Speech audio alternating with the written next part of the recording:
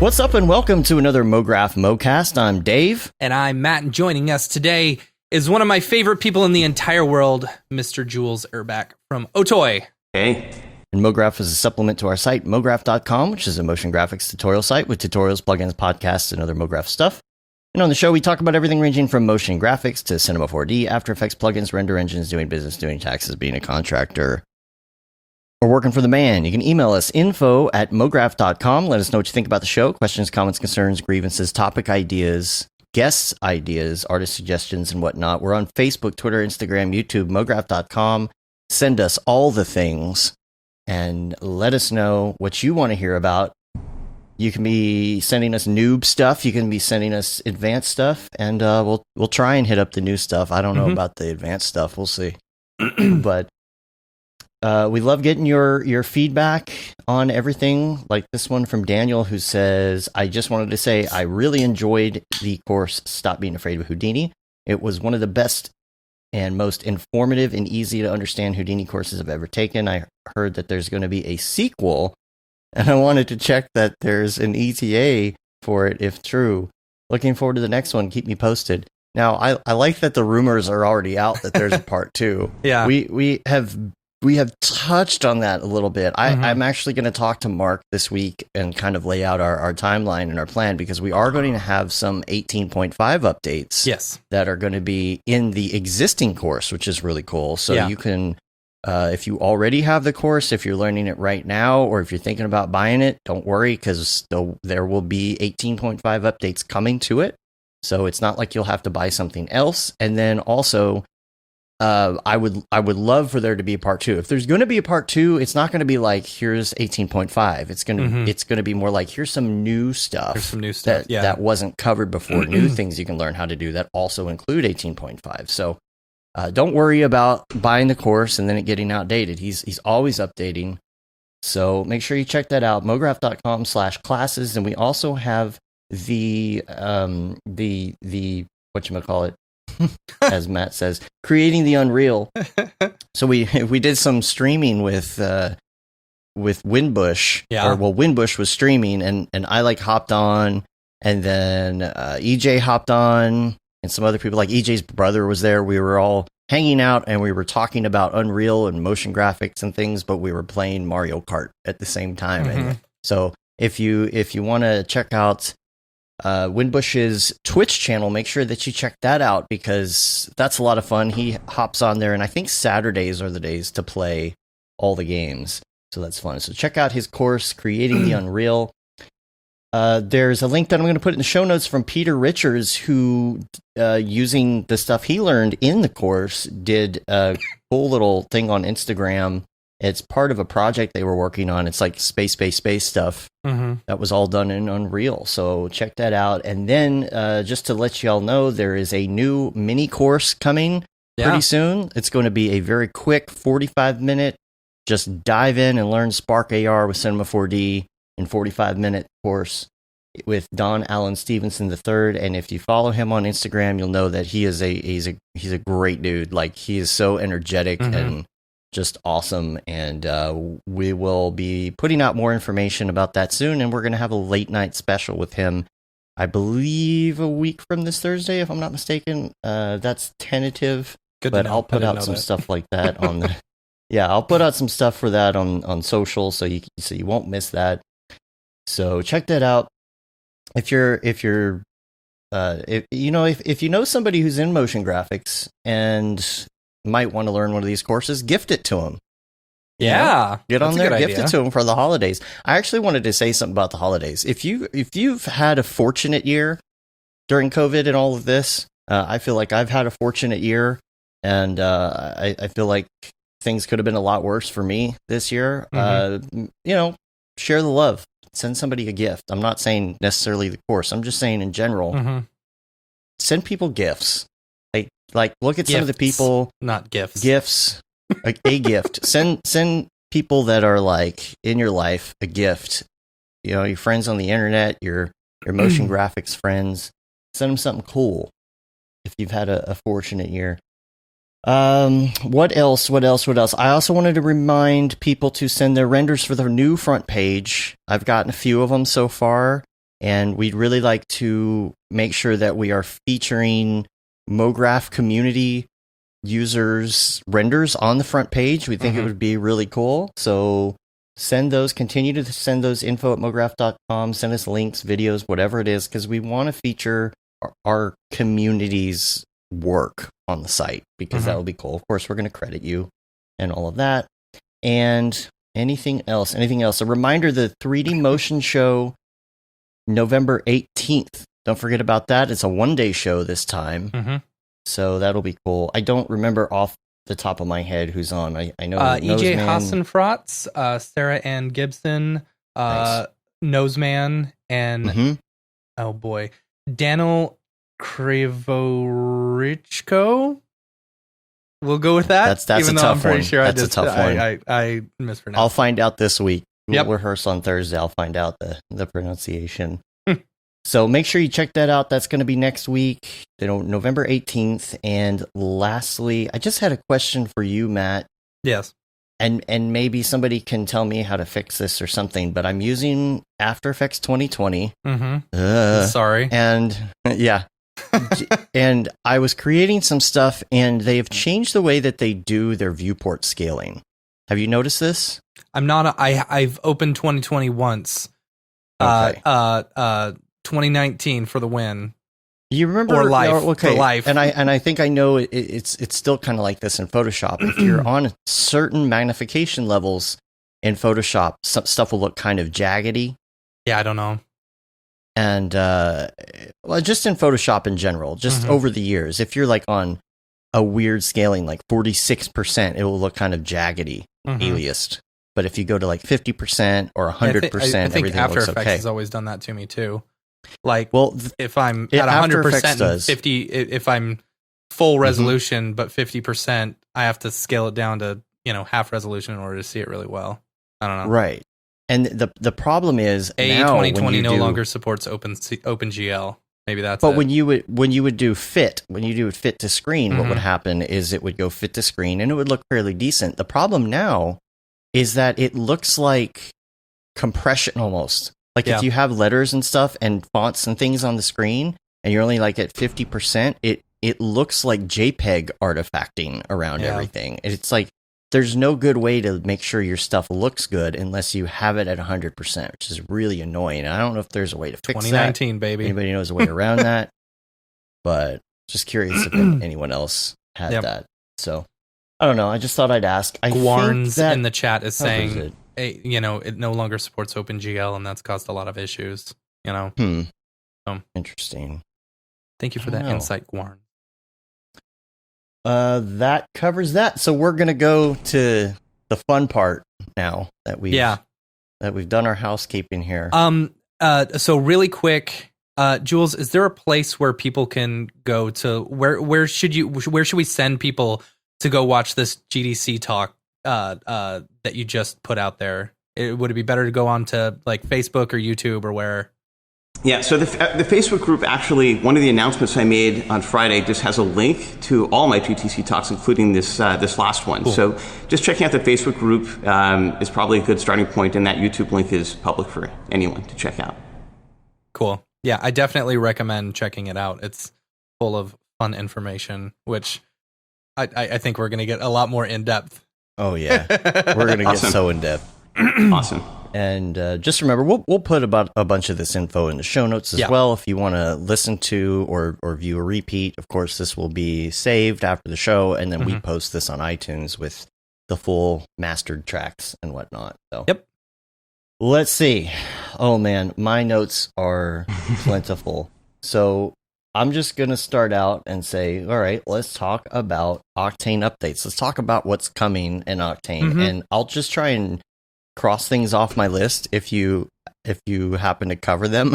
Okay. And then we'll go. Y'all are kind of on the cusp of releasing 2020, right? Or 2020.2, right? Correct. Yep. Yeah. Mm-hmm. So that's about to hit release candidate, I would say, this week, and then we're hoping to have a stable version out this month. And we can cover that first if you guys want to dive into that. And then there's also, when we put out 2020, so 2020.2 when we had our first GTC talk in April, the work that we had really wanted to focus on is stability, and that's still in progress. So 2020.2 has some of that in there, but that work is probably going to continue into the first quarter of next year. But there's some great stuff in there. For one thing, the 2020.2 release is faster than 2021. So 2020.1. So for example, on a 3080, you're get about a 600 octane bench versus 570. And so Ampere support is just faster on 2020.2. Dirt shading, all that stuff is much better. Open Color I/O significantly improved. There's also a full compositing system in there, which is a halfway step towards the next release where we have full AOV support, custom AOVs, working on light path expressions. I think the number one feature request for Octane was can you guys hear me okay? Yeah, we lost you for a second. But we're all right. Oh no. You're good. All right. You're good. So I was saying that a lot of the work that we had been that we're sort of putting out in 2020.2 is a precursor to a full AOV revamp that is going to be in the release after 2020.2. That'll have light path expressions, custom AOVs, and I was saying that that's the number one requested feature from Octane users is like, let's get AOV in a different place. So that's in there, and 2020.2 also just has initial support for hardware accelerated motion blur on Ampere. So there's a lot of good stuff in there. There's also a new scattering system. We've been working with Amit to take C4D scatter and move that into the core. And that also is going to make it so that when you export Orbexes for the cloud or for other DCCs, we'll be able to export scatter much better. It won't take as long. It'll work better. It'll be essentially a native part of the Octane core. Cool. I will say that since I've been on 2020.15 or 1.5 for a while, for as long as it's been out, and the stability in comparison to past releases has just been incredible. My biggest pet peeve with Octane for the longest time was when I'd say, okay, start rendering, and then I'd be like, oh wait, no, I want to stop. It would crash my entire system. But now it's like just that one little quality of life thing of being able to stop my render immediately is awesome. And I've noticed it just feels a whole lot more smoother. That's great. And that's something you've been working on too, right? Yeah. The stability, getting error reports from users. That's correct. I mean, stability is basically the number 1 through 4 features that we're working on in different ways, because that obviously is something that affects the user experience enormously. I will say that it's not all on us. I mean, Nvidia's drivers have also gotten better. I mean, they started to support Octane explicitly with studio drivers. They do QA with us, which is great.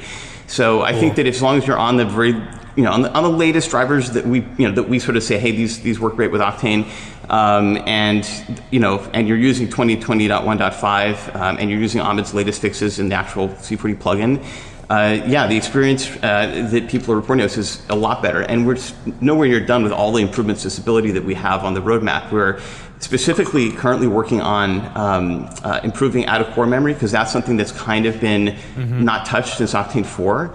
And the way that it works is that we request out-of-core memory from the system on Windows, and sometimes we get it, sometimes we don't. And that's an issue. Yeah, and so that's why it's been kind of unstable. We've done our best to sort of work around that, but in the work that we're doing now that's going into 2020.2 and even into next year, we're redoing the way out-of-core memory works and NVlink, so that should actually be a lot more stable. And in tandem with that work, we're also going to, pretty much raise the limits on a single mesh, polygon limit to somewhere in the hundreds of millions or something. So that also will make it so that very large scenes will run much better in Octane. I mean, those are kind of like the very top feature requests from people is we want better stability, we want larger scenes, and then we want custom AOVs. So all those things are in there. I also make sure my stream is going okay. Can you guys hear me?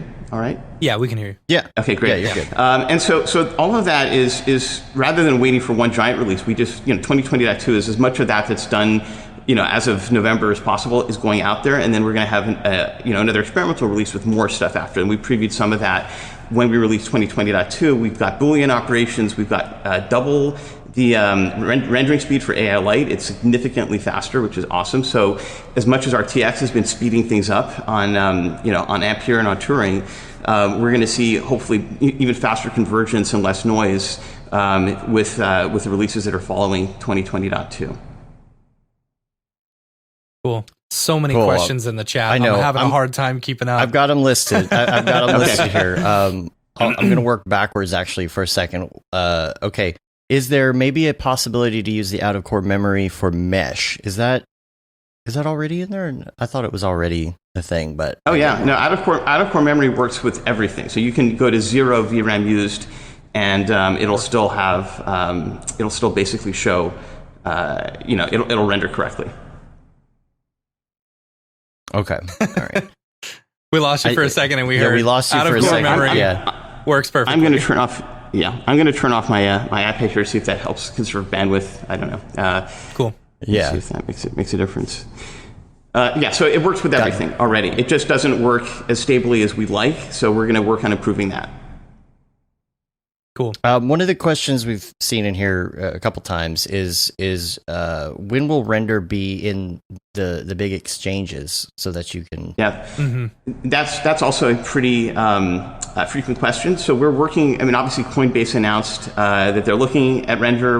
I've talked a couple times even to Brian Armstrong, who's the CEO of Coinbase. We're working on getting them, support for render and others as well. It's just not completely in our hands. I was hoping for this summer. I would say realistically, hopefully no later than early next year. And, we'll keep everyone informed. That's a big deal for us as well. Once we have render on larger exchangers, we want to go with ones that are basically partners, not just ones that just list the token willy-nilly. Then we can actually have liquidity. We can really scale render up. And I would say right now, render is more just like we want to get the product itself to work well. I mean, people love it. We've gotten better, product feedback in terms of positive user experiences than we have even with Octane, which is fantastic. So people in general love the product, but we also have to balance that with the fact that we have people actually almost like Uber drivers, like making money, putting their nodes on the system and earning render tokens. And we want to make sure that's balanced. So scaling the network up, making sure the product works great are pretty fundamental pieces. And things are going to scale up significantly once it is on the exchanges and we have a lot more liquidity. But I'm actually not ungrateful for the fact that we have a little bit more time to actually get everything right before that happens. Mm-hmm. Cool. So, to answer the question is, at the very latest, early next year, I think, and hopefully, if we can, the end of this year for being on a larger exchange or multiple large exchanges. It's not just Coinbase we're talking to. Cool. And somebody was asking as well if you could give some insight on how the tiers are calculated. Yeah, so the tiers are, right now users have access primarily to tiers 2 and 3. And the way that we measure or differentiate those tiers is by priority. It's a little bit like on AWS, where we have, availability of certain nodes determines whether you can get it at a cheaper price or not. But the tier 3 nodes typically fall below a certain OctaneBench score. I think it's like, 300 or something right now. So users with a, faster OctaneBench on their nodes that are, essentially operating the nodes on the network will get those tier 2 jobs more frequently. And it's an algorithm that we change sort of, week to week and month to month a little bit to make sure that it's balanced and that we don't have a lot of jobs that are stuck on tier 3 nodes that could be on tier 2. And so it is something though that is determined largely by the speed of your node, the reliability of your jobs in the past, and also one of the big differentiators as well is the amount of VRAM you have on your card, because that also is something that can really significantly speed up scene rendering. So it's a factor of between those things. Tier 1, which is currently only available on Google and AWS, that's actually something we've limited more through security, because that is, when you send a job through Render Enterprise, which is tied to those tier 1 nodes, it's meant to be for rendering Marvel movies, which has been done on the cloud before with Octane. So it's that kind of security level. But we are planning to offer tier 1 to the decentralized nodes. There'll be a different level of security, but it'll pay out the same price. And that's more for render farms that are typically looking to do a full business rather than they have like 50 nodes. And there's a lot of render farms that are out there. And, we just were talking to Drop Render on Twitter, like, hey guys, just join Render, like just set it up alongside your current business. Mm-hmm. And those are the types that'll probably be closer to tier 1. But that's sort of how the tiers are set up. So we can even potentially add more tiers, if there's a need for that. But I think the 3-tier system right now works pretty well. And a lot of jobs are going onto both tier 2 and tier 3. More than on the enterprise. Like, people I think are not quite as concerned about the security of the system. It's actually end-to-end encrypted, so the jobs are actually very secure, at least as secure as it is on most public render farms. And I think that satisfies the majority of render users. And there's, I think, 7,000 or 8,000 active render accounts that are have Octane subs, which is pretty cool. Mm-hmm. Yeah, I've used it. I've used it quite a few times, and what's been very impressive is the cost is surprisingly low for getting some of my render stuff done. Mm-hmm. Yeah. I mean, I think that's something that's also been very welcome, of course, for people on the artist side using render. Mm-hmm. And I think that what's interesting too is I want to get it so that in your case, I know you're waiting for one frame to kick in or whatever when you have a job with just a small frame. But as we get a lot more scale, even single frame renders, you can just send off to the network. I think will go a lot faster. And I also think that it's, the tiers themselves, I mean, tier 3 is really, really, really inexpensive, but tier 3 could also start to become faster for doing jobs. Tier 2 can be faster. So my vision is that the costs are largely, going to be, make render the cheapest possible option, but you're going to have multiple tiers that are going to surpass probably the maximum capacity that you can get on any render service. I mean, that's the beauty of scaling and decentralization, is we can add a lot more capacity, and we will in the coming months. If someone wants to offer up their GPUs for render, is it still in beta to be able to do that, or do you have to contact someone, or is it the possibility of just hopping on and doing it? What's the process? Sorry. The process is really, we do want to whitelist people, because part of it is making sure that we, because there is a point where, as I said, we'll probably open the floodgates to a lot more nodes on the system. So we had a sign-up sheet. I mean, if you contact Patty, who's on all the forums on the Facebook group, just post to one of us, or even tweet me directly at Otoy or at Jules Urbach. I'll just send you to the right place to get on there. The longer-term plan, I think, is something that is going to make it a lot simpler, where if you already have an Octane account and you're running Octane, you'll have a one-button thing, hook me up to render, nice.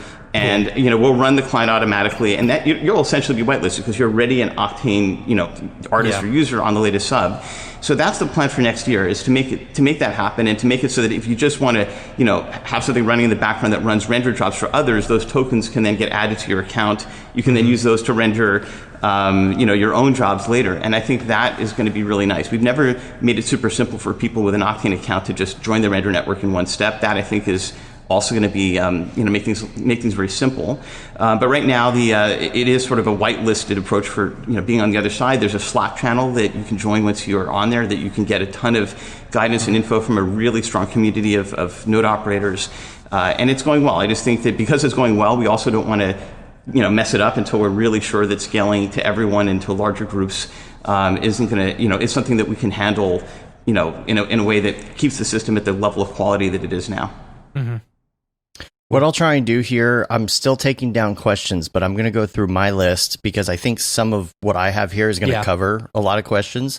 So some of y'all may want to hold your questions to the end, because I may cover this, and if not, we'll circle back around. Okay, question number one for me is, these new video cards are out right now, the 3080s, 3090s. Mm-hmm. Let's talk about the speed differences now that you're seeing on these new cards. For the people that are fortunate enough to have one. Yeah, it's easily double. Just OctaneBench, which is, we did update OctaneBench, when the Ampere cards, when the 3080s and so on came out, because Octane 4, for example, doesn't run on Ampere, and that was the last official OctaneBench, was version 4 from a couple years back. But the short answer is 3080 is double the speed of a 2080, 3090 is double the speed of a 2080 Ti, and that's at just pretty much just in pure at minimum, right? If you're going to be doing something that is improved with RTX acceleration, so if RTX on makes your scene render faster, it'll render even faster on the 3090. So that will make the speed more like 2.5 times faster, sometimes 3 in certain cases. So that's I think it's being conservative to say it's a doubling of the speed. And you can even see the RTX off scores are actually really, really impressive, because you can run OctaneBench now with RTX off if you wanted to see how it runs without RTX acceleration. But remember, OctaneBench is using these really old scenes that are pretty lightweight. They don't really benefit significantly from RT cores. But even so, they do get about, you get about a 20-30% speed boost. The results are the same, and RTX on is going to be the default pretty much with the next release. So, that's still a fairly conservative measurement. If we do another OctaneBench 2021, for example, next year, we'll probably put a lot more modern scenes in there. Like if you take some of these motion graphics scenes from C40 off of Gumroad, those ones actually are closer to 3 times faster. And so my feeling is right now OctaneBench on a on a 2080 Ti is maybe 350, on a 3090 it's close to 670. 2022 though pushes that up further on Ampere, so it's closer to 700 with a 3090 on 2020.2, 600 on a 3080. Those are pretty remarkable scores. And I think when you get to 2021, when we start putting further Ampere acceleration code in there, which we're doing, we're continuously making RTX on faster, and we add some scenes that are more representative of more complex scenes.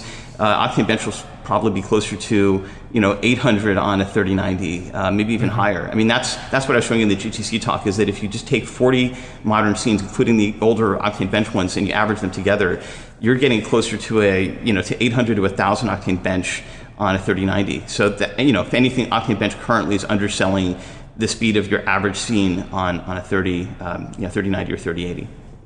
Wait till you test those Cornelius Dammerick scenes. Yes. We have. So he's given us permission to actually take some of his scenes and put them in a future OctaneBench. Same thing with Beeple. Nice. Same thing with some of the other ones that we were testing internally. So yeah, those significantly test the speed of Octane, and one of them, even in 2020.2, went up to 1.6x faster on RTX because there's so much use of dirt nodes.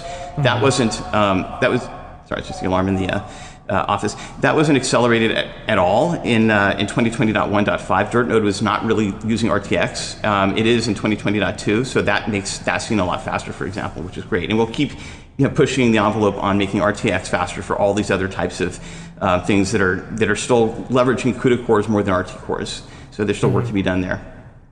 Tokyo Megs was asking if it's double because they added the 2 shading operations per cycle or whatever that is. I heard something about that. Yeah, what it seems that? like so they're when the 3080s and 3090s were announced, if you look at the CUDA core count on what they're showing on the Nvidia site versus like the previous year, it's like double. And because they were saying that there were 2 operations per CUDA core, and I think that's what he's referring to. Yeah. That's something where even at a certain point for us, there's a mystery as to exactly how the hardware gets, works. I mean, we do get what we can from NVIDIA, but all of us that are developing GPU renderers consistently ask NVIDIA for more low-level info. But yeah, that seems to have made a difference. I mean, CUDA itself, no RTX is definitely significantly faster. I mean, it seems like it is even there, about double the speed. I will say that one thing that significantly has improved the speed on a lot of scenes, that are RTX, the benefit from RTX is that clearly the RTX cores or the RT hardware cores either double the speed or there's twice as many of them that contribute to that. And that also, by the way, makes an enormous difference for things like Brigade, which are we can talk about that later as well. That's a whole new rendering engine built starting with RT cores as the starting point. Just like when Octane was built, we started with CUDA and we didn't think about CPU rendering.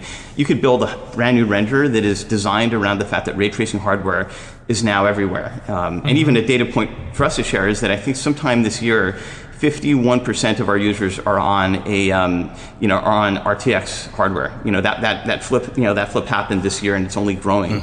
So and most of those are on 2080s or 2080 Ti's, which is pretty nice. And I think that that's kind of where ray tracing hardware now is in the majority of Octane users' hands. It's time to start thinking about not just speeding up Octane, but also building parallel efforts that could be leveraging whole new ideas around rendering, even final rendering, using RT cores more heavily. And that's something that we're working on with Brigade. So here's a question. So jumping over to Brigade, what you were speaking about, where it's built upon RT cores and stuff like that. So when Brigade finally gets released, will it only be able to run on RTX hardware?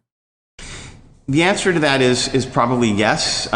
We could go backwards and make it run on older hardware, just like we did with Octane. So the way that we developed Brigade is it's being built largely around the same way we built Octane X on the Mac for Metal, right? It uses our cross compiler. We call it the Render SDK. It spits out CUDA. It spits out Metal or Vulkan. But on the PC and even on Nvidia cards, we're using Vulkan because it's a game engine API. It's got lower level access even than CUDA or OptiX gives us. And that's one of the things that we've started to develop on. So that we could build all of the RTX core functionality into Vulkan, compute code and just run that on older hardware. That's kind of the option. But by the time that Brigade is sort of out there, we want to see how many people are actually trying to run it on older systems. We could definitely do it. I think the first release, just to speed things up and not hold the the release out any further, will probably be Nvidia, Windows only for now, and then we'll work on with RTX hardware, and then we'll work on support for Metal, which of course doesn't have ray tracing hardware and more. But I think we don't want to wait too much on that, and it'll be a lot slower. Like you will need 3 Pascal cards to match what one RTX card can do, right? I mean, it's that kind of speed up.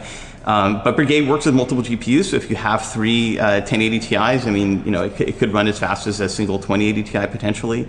But I think Ampere, 3080s are even faster. Like there's even more than a doubling of speed when it comes to Brigade, comparing that between 2080 and 3080 GPUs.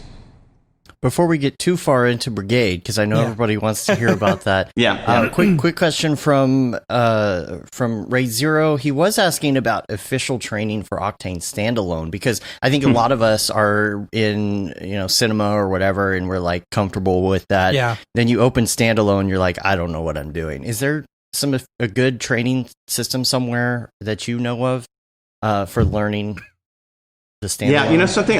First of all, I'm a standalone user. I do most of my testing, and that's why a lot of the a lot of my sort of scenes that I've tested, even feature development, does happen in standalone. So I think that there are some tutorials out there. I'll need to look that up, and I'll certainly post that on the Facebook group. Cool. The other thing to point out is one of our goals is to probably heavily improve standalone and make it much more of a editor. I mean, it's right now it's pretty lightweight. It doesn't do a whole lot. It doesn't allow you to do animation. We're going to start to change that sometime next year and improve the interface. So, and that even touches on things like Sculptron, which is a sculpting tool with animation support. So kind of taking some of those pieces, putting those into standalone, and allowing you to do a little bit more would make sense. And as we do that, I think that's when we'll invest a lot more time also into getting people to understand standalone better. One of the other interesting things about standalone development that I mentioned in the GTC talk is Ahmed has taken his C40 viewport IPR, which people love, and the Node system, his Node viewport or his Node UX in C40, which he built, and provided those as libraries that we can then put into standalone and even use those in other DCC plugins. That's more long term, but again, I think once we are underway with that work, we'll probably then look at standalone with all these pieces added, and then do a proper set of tutorials around it. But yeah, the current standalone does have, I know Lino's done tutorials. I know that there are things out there. Lino Grad was one of our evangelists and developers. So I will certainly help point people in the right direction. But we're also holding back a little bit. We want to make sure that we get all these new pieces into the Octane core and standalone tools, probably by the middle of next year, and then also do a lot of tutorials around those new pieces. Cool. Now, here's a question for those who did we lose you?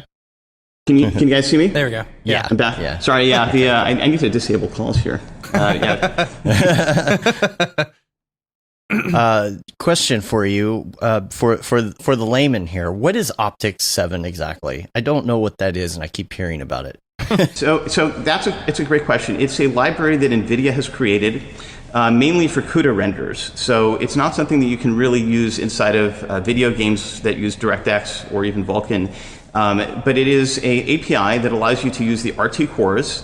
And we ended up using that inside of Octane 2020 because the previous approach we took, which was taking Vulkan and mixing that with CUDA, it didn't work well. It just, those two APIs are not meant to work together. And OptiX 7 was NVIDIA's really the second pass at doing a custom API around RTX. And it, OptiX 6 was actually pretty bad. That's one of the reasons we didn't use it. It was slow. It didn't work well. OptiX 7 fixed all of that. It gave us pretty much the same kind of speed we were seeing in DXR and in Vulkan with RT cores, but it added a lot more functionality that CUDA could leverage. And that's why you've seen, I think, all the major GPU renderers switch to, not just OptiX, but leverage OptiX 7. So that's what it does. It's basically a very robust production-ready API around RT cores. There are some pieces of OptiX that are outside of just ray tracing, right? They have OptiX denoiser, which we don't use because the denoiser in Octane that we built ourselves, I think, is much better, or it's tuned for Octane. But for the most part, OptiX 7 is a proper API for a production renderer to use to leverage NVIDIA's ray tracing hardware. It does a lot of things that are great, but there are things in Vulkan that are still lower level, which is why Brigade is leveraging that API and probably will not be using OptiX, even though Octane does. Mm. And Apple is supposed to make an announcement tomorrow, I think, about their chips.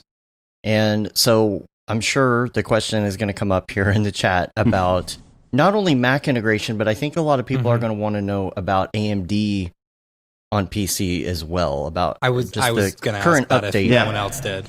Yeah. So I get that question a lot, and I'll start with the Mac. So I think this week we're putting out public release 4 of OctaneX, which has, and I know Ahmed's also working on a Cinema 4D plugin with that. That has, again, PR3 had all the features, OSL, all that in there. This fixes a few more bugs. And the Big Sur version, the macOS 11 version of PR4 that we have in closed beta right now, will work on Intel. It'll work on old AMD GPUs. Ooh. It'll work on the newer AMD GPUs that have been announced, the RX 6000s. Whenever those come to macOS, we can support those. We have not tested that ourselves. We just have driver support for them. And it'll also work on AGX, or Apple Silicon, which is, I don't know what tomorrow's announcement specifically is going to show, but the bet is that it's going to be new Macs that are using Apple Silicon. So all the work we did to get, by the way, Octane running on the iPhone and iPad, it actually was fairly straightforward to get the same set of features running really nicely on the new Mac hardware that utilizes that. So with that, I feel like the work that we've done to rebuild Octane on top of Metal and even Vulkan is in a pretty good place.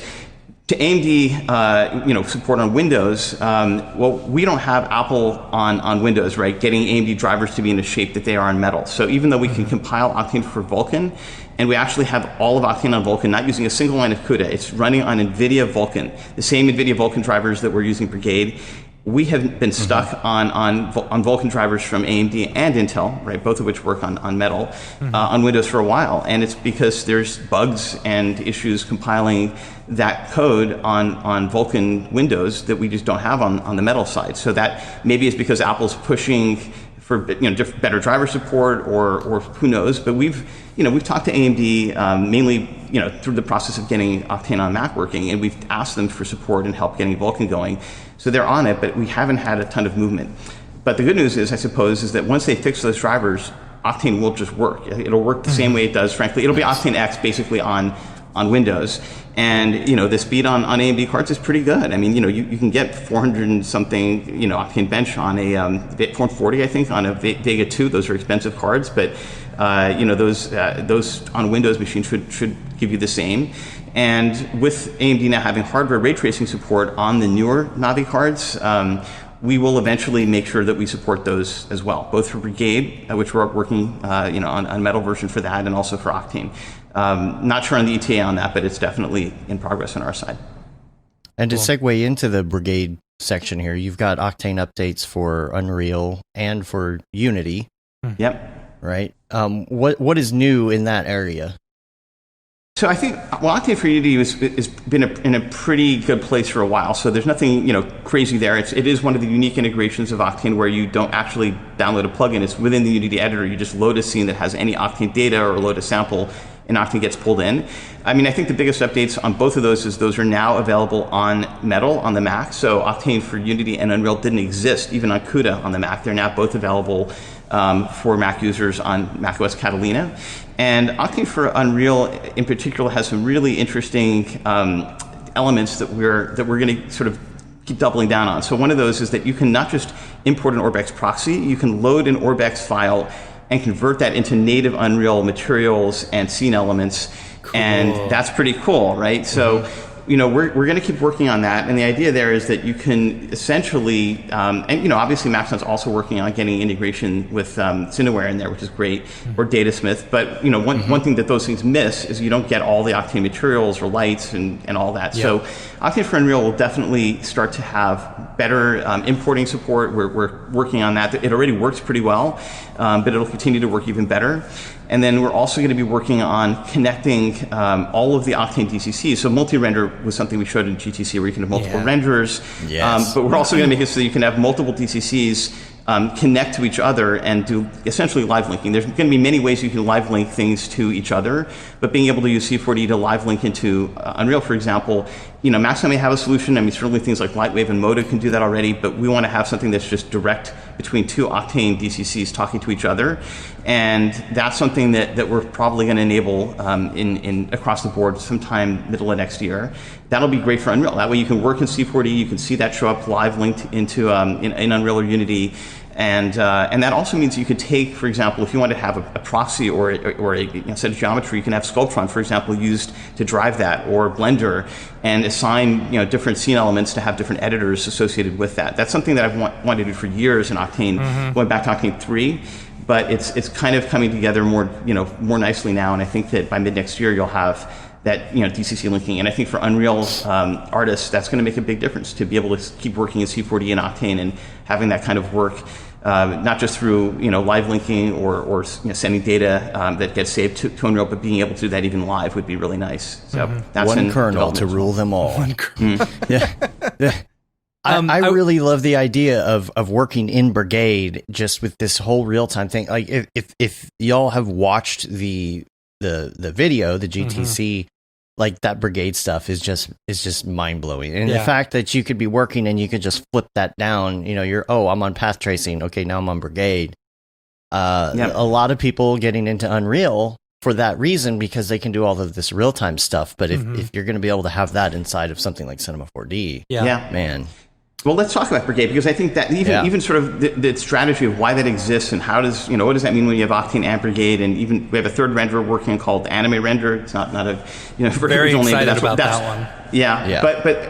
But all three of those, actually the other two besides Octane were kind of meant to go into Octane, and we did have a toon shader at one point, and we still have toon shading in Octane, but the thing that we discovered, and we were going to take both Brigade and the Anime Render and bake those in about a year ago, we decided to sort of diverge those and make those three just independent renderers for various reasons. For one thing, they kind of need to be. I mean, there's a lot of stuff inside of Octane that's designed for Octane output, whereas Brigade is taking a lot of shortcuts. That's why it's so much faster. I mean, in a lot of cases, it looks just like Octane, which is great. In others, not so much. It doesn't have spectral rendering. It doesn't quite have all of the nodes that Octane does. It will get there over time.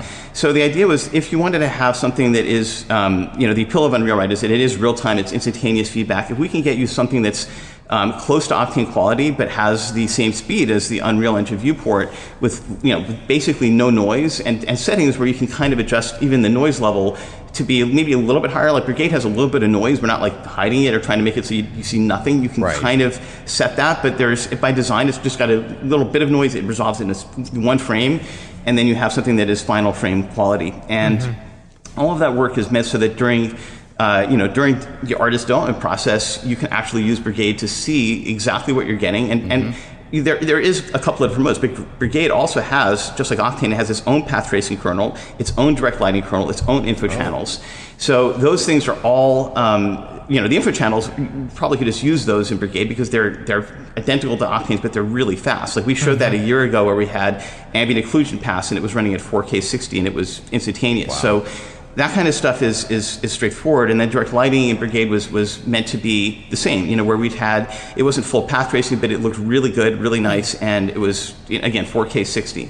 The work that we were doing this year, and when we started to show some of the newer Brigade scenes that were running both with older Octane scenes and showing those running with path tracing, was meant to see if we can get there with path tracing. Now we're not quite able to get 4K 60 on an interior scene with many lights. Like it's more like 1080p, 12 frames a second. But that's still pretty good, and that's really good. So it's one of those things where we want to kind of get Brigade to be, the path-trace kernel of Brigade to be pretty much the same as Octane's in terms of the expectations. There's no baking, there's no radiance cache in there. It is a little bit noisier, blurry if you're moving it really fast, but you can kind of set it so that it's, it doesn't feel too different than Unreal. And if you put multiple GPUs in there, it also increases speed, just like with Octane. So it's pretty exciting. When I was making a lot of those videos that I showed in the presentation, I was surprised myself, like, wow, this looks pretty close to Octane. In the case of that Japanese garden, it was identical. There's no difference. Yeah. So what my experience was that outdoor scenes, I think, in Brigade are probably going to be pretty much look the same as they do in Octane. Interiors are a little different, and even on the truck scene, that blue truck with the metal, spectral rendering, people wonder, like, what's so special about that in Octane? It's not that, you can't get great, beautiful results with that spectral rendering. Most renderers don't have it, and you see tons of beautiful things coming out of it, but it's harder because you have to do a little more fakery to get the metals to look right and things like that. So Brigade has that same problem, but it's also not a problem that hasn't been overcome in other non-spectral renderers. And I think my goal for the next couple of months, and maybe we'll show more of those results in the next month or two, is how does Brigade handle interiors, lots of lights, archviz, things like that. And we showed a little bit of that in April, and we showed a little bit more of that, in October. But I think that we're working heavily on making it so that if you're using those built-in spotlights, the Sculptron lights that we have in Octane, those will look really, really nice in Brigade.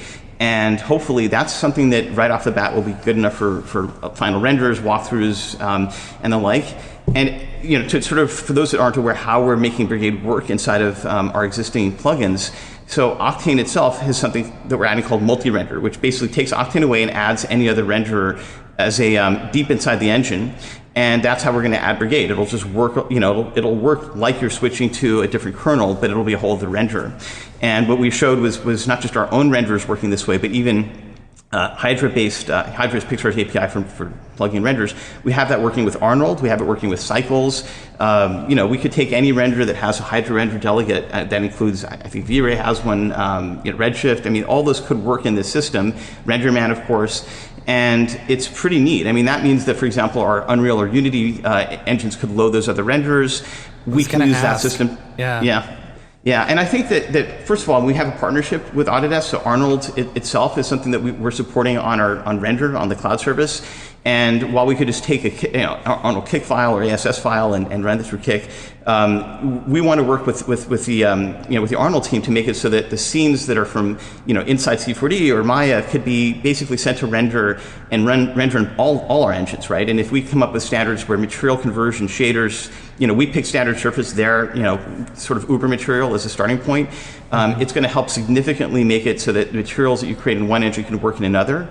And that's where multi-render also came from, is that we want to be able to provide real-time viewport feedback. Can you guys see me okay? I just want to make sure the feed is working. Yeah.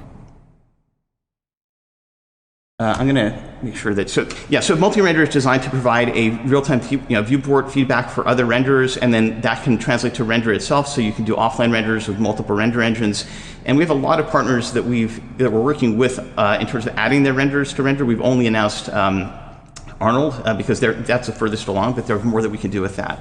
And I think that if you look at the compositing system that's in Octane 2020.2, where you can take multiple render passes now and do almost like After Effects or Photoshop style layering inside of Octane, which is pretty cool.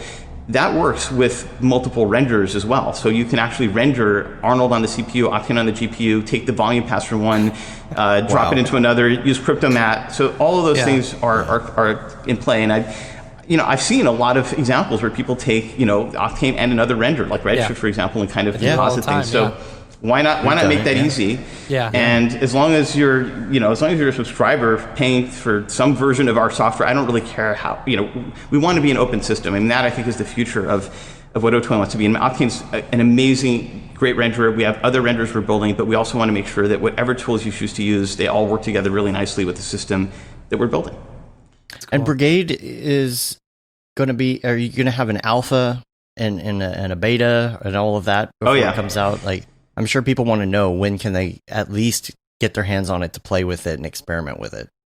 Yeah, so I think the realistic time period for that is, the soonest we could put out anything would be mid-December. And the reason for that is the drivers that I was mentioning that NVIDIA has for Vulkan that allow Octane to work and Brigade to work, those aren't public yet. Like, we have a development driver. So I think mid-December is the earliest those will be public.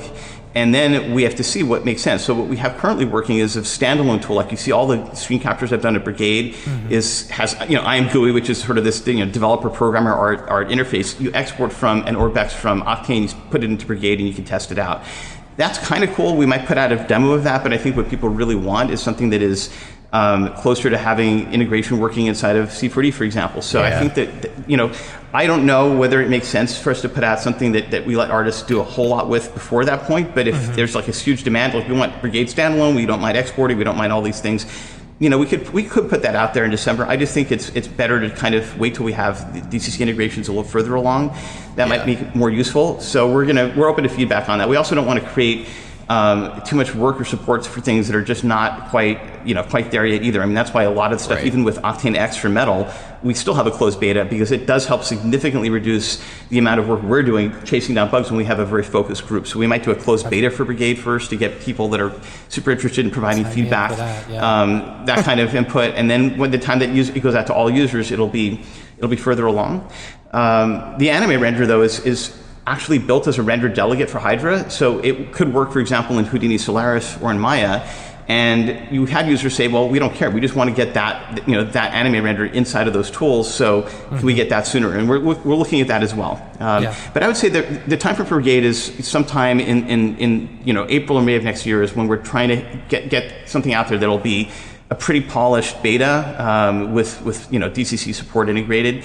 And it might slip, it might come out sooner or later. I mean, it's definitely something that we want to get out there as quickly as possible, and we'll see where we're at. I mean, I think from my perspective, it was so much fun to play with the tool that I had. It was the first time as I was making those videos where you can see Octane scenes fully working in there. But we have a lot of work to do. For example, we want to get Embergen integration into both Octane and Brigade. I want you to get Embergen integration into Embergen. So those are parallel paths as well. But one of the things that we're the goal with Embergen and Octane is that we do want to try to give you something that's like obviously there's great tools out there. We love JawSet and the TFD guys, and Houdini's great.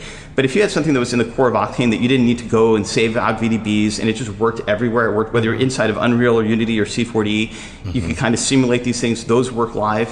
One thing I did show in the GTC video is we do have Embergen volumes now rendering in Brigade, and it's still running in real time with volume rendering and scattering and all of that. I must have missed that because I was going to ask you about VDBs in Brigade specifically, whether they're going to take a render time hit because they're having to calculate too much. Yeah, well, VDBs are it's a file loader, right? It's a file container that we then turn into something internal that we can then render.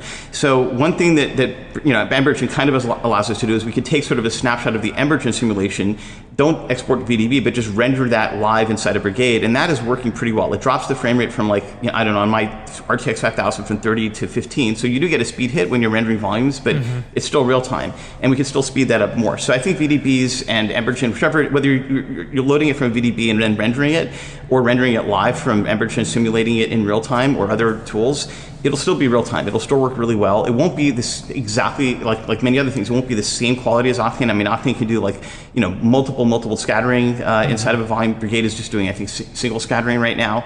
But we can also provide those sliders. So yeah, the volume rendering for VDBs is definitely going to be supported in Brigade, as will Hair, as will Vectron. All those things will work. But we're probably not going to have everything in the very first beta. I think volumes and mesh data is going to be the very first thing that we support, and then we'll go from there. But we're also looking at we are currently working on Vectron and Hair support inside of Brigade as well as we develop all these different pieces in tandem. Is there going to be some sort of a almost like a wall you hit? Like if you're trying to render from Brigade, is the speed of the hard drive actually going to be your wall? So that's one of the reasons why I think Embergen is such a huge benefit to the ecosystem, because it's slower to load a VDB than it is to render it in Embergen on the GPU.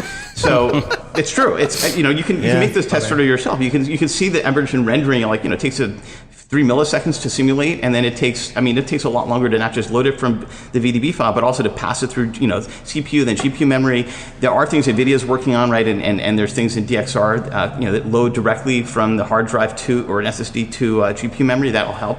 But even for render, right, render on the blockchain or the cloud service, being able to save the ability of having to send VDBs over inside an OrbX file to the renderer is a really big deal. Like my goal with Django effects is that we end up with if most simulations could just be done in Embergen, and they will render faster, they will obviously then be editable, live, which is great. And the goal with Embergen is to get to something that's like as close to what you could get out of a full production simulator, but all on the GPU.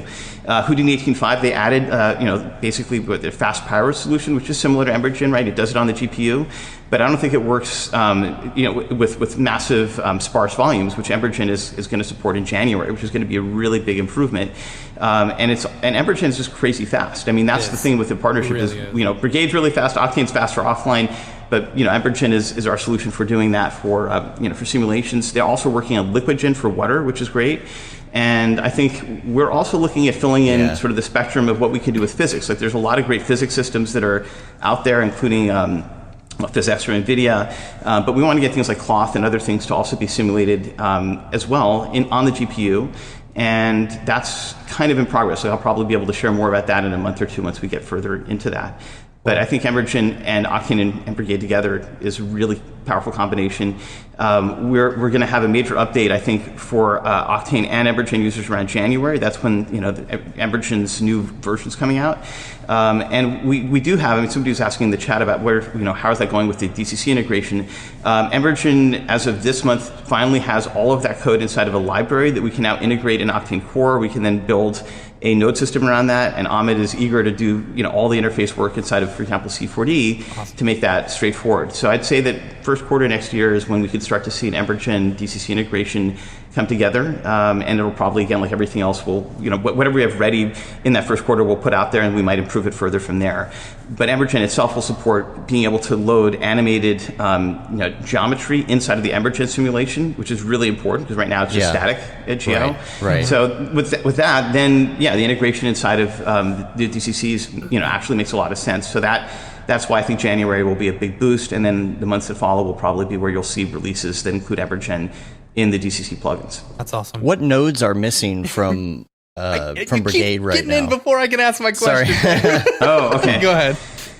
A lot, unfortunately. I mean, so for example, we don't have OSL shaders inside of Brigade. So I think if you looked at Octane X, there was a PR2 version, or PR1. Actually, no, a lot of people weren't on the beta, but there was a version where we just didn't have any of the 40 built-in texture shaders that Octane had. That's the state that Brigade's in right now. It doesn't have, mixed materials that work with more than one level deep, for example. So those are the things that we need to continue to work on. On the other hand, I don't think it'll take, more than a few months to sort of get at least the built-in, shaders and noises inside of Brigade. And as we're doing that, we're also going to, keep looking at ways of improving those even further. Like the way that we do dirt, for example, in Brigade could be very different. I mean, it may look hopefully similar to Octane, but it might be a little bit different and therefore hopefully a lot faster. So it's something where I would say that there's at least 40 texture nodes that are yet to be done. We have OSL support to be added. We have basic subsurface scattering. We don't have random walk yet in Brigade, but we will add that. And you have caustics? We do have caustics. So there's I showed one example of that running in the last video, and it's specular caustics, which is pretty cool. And we have volume caustics as well. So it is. I mean, Brigade definitely has some bias tricks that Octane doesn't have, or doesn't necessarily promote. One of those is if you have a Sculptron light, the built-in light primitives that are in Octane and also in Brigade, you send those for a volume, it is instantaneous. You get volumetric caustics, you also get instantaneous caustics with those lights. Mesh emitters, which is all that Octane had until Octane 2020, those are evaluated more slowly. They still work, but they are not the way that I would, if you're going to use Brigade for instantaneous speeds, build your lights as area lights or spotlights or sphere lights, the primitives that we now also support in Octane, versus doing a mesh emitter, and you'll get much faster and higher quality results out of that. So if you're going to do caustics, use those built-in lights in Brigade, and you'll have instantaneous, beautiful caustics from those. If you use mesh emitters, it'll be slower or less precise, but it'll still work. Okay, my question. Jumping back to like the easy like kernel switch between Anime Render, Octane, Brigade, Arnold. how easy will the switch be? Because in your video you showed just a simple click of a button jumping from Arnold to Octane, and you do notice that, like, say the liquid, for example, in the Arnold scene was not rendering as like a specular material or whatever, or like a liquid material. You know, are there going to be certain things that you need to set up when doing this? Like, for example, I'm putting an Arnold tag on this one because I know I'm going to be using that one specifically like Arnold, or is it just a simple click? So the goal is that it's a simple click, and you can extend that. I mean, there are things that are going to be different. Even in Brigade, it's like it's meant to be a simple click. The Arnold specular conversion from Octane it's broken. Like, that's why that thing wasn't looking the same. The water wasn't the same. And the interesting thing is the reason why is that we're actually using USD's built-in preview material. So Arnold's being hooked into Octane through the Hydra Pixar USD interface, and Arnold's support for that is basically in progress, as is our ability to sort of export to the standard USD material system. What we're doing with Arnold, though, is we're going to support at a much higher level the ability to take all of the Octane nodes and convert them into Arnold standard surface nodes, which will be really precisely matched to Octane. Octane itself will consume that. Other renderers like Arnold can consume it. And the idea is that when Octane and Arnold are basically able to use those things really nicely, then other renders can adopt that, even through Hydra. There always are going to be things that are a little different, but I would say that out of all the production renders out there, we're pretty sure that the Arnold Octane switching is going to be pretty automatic, but it'll take a while. Like, that's work that we're just getting started, and we're doing it in stages again.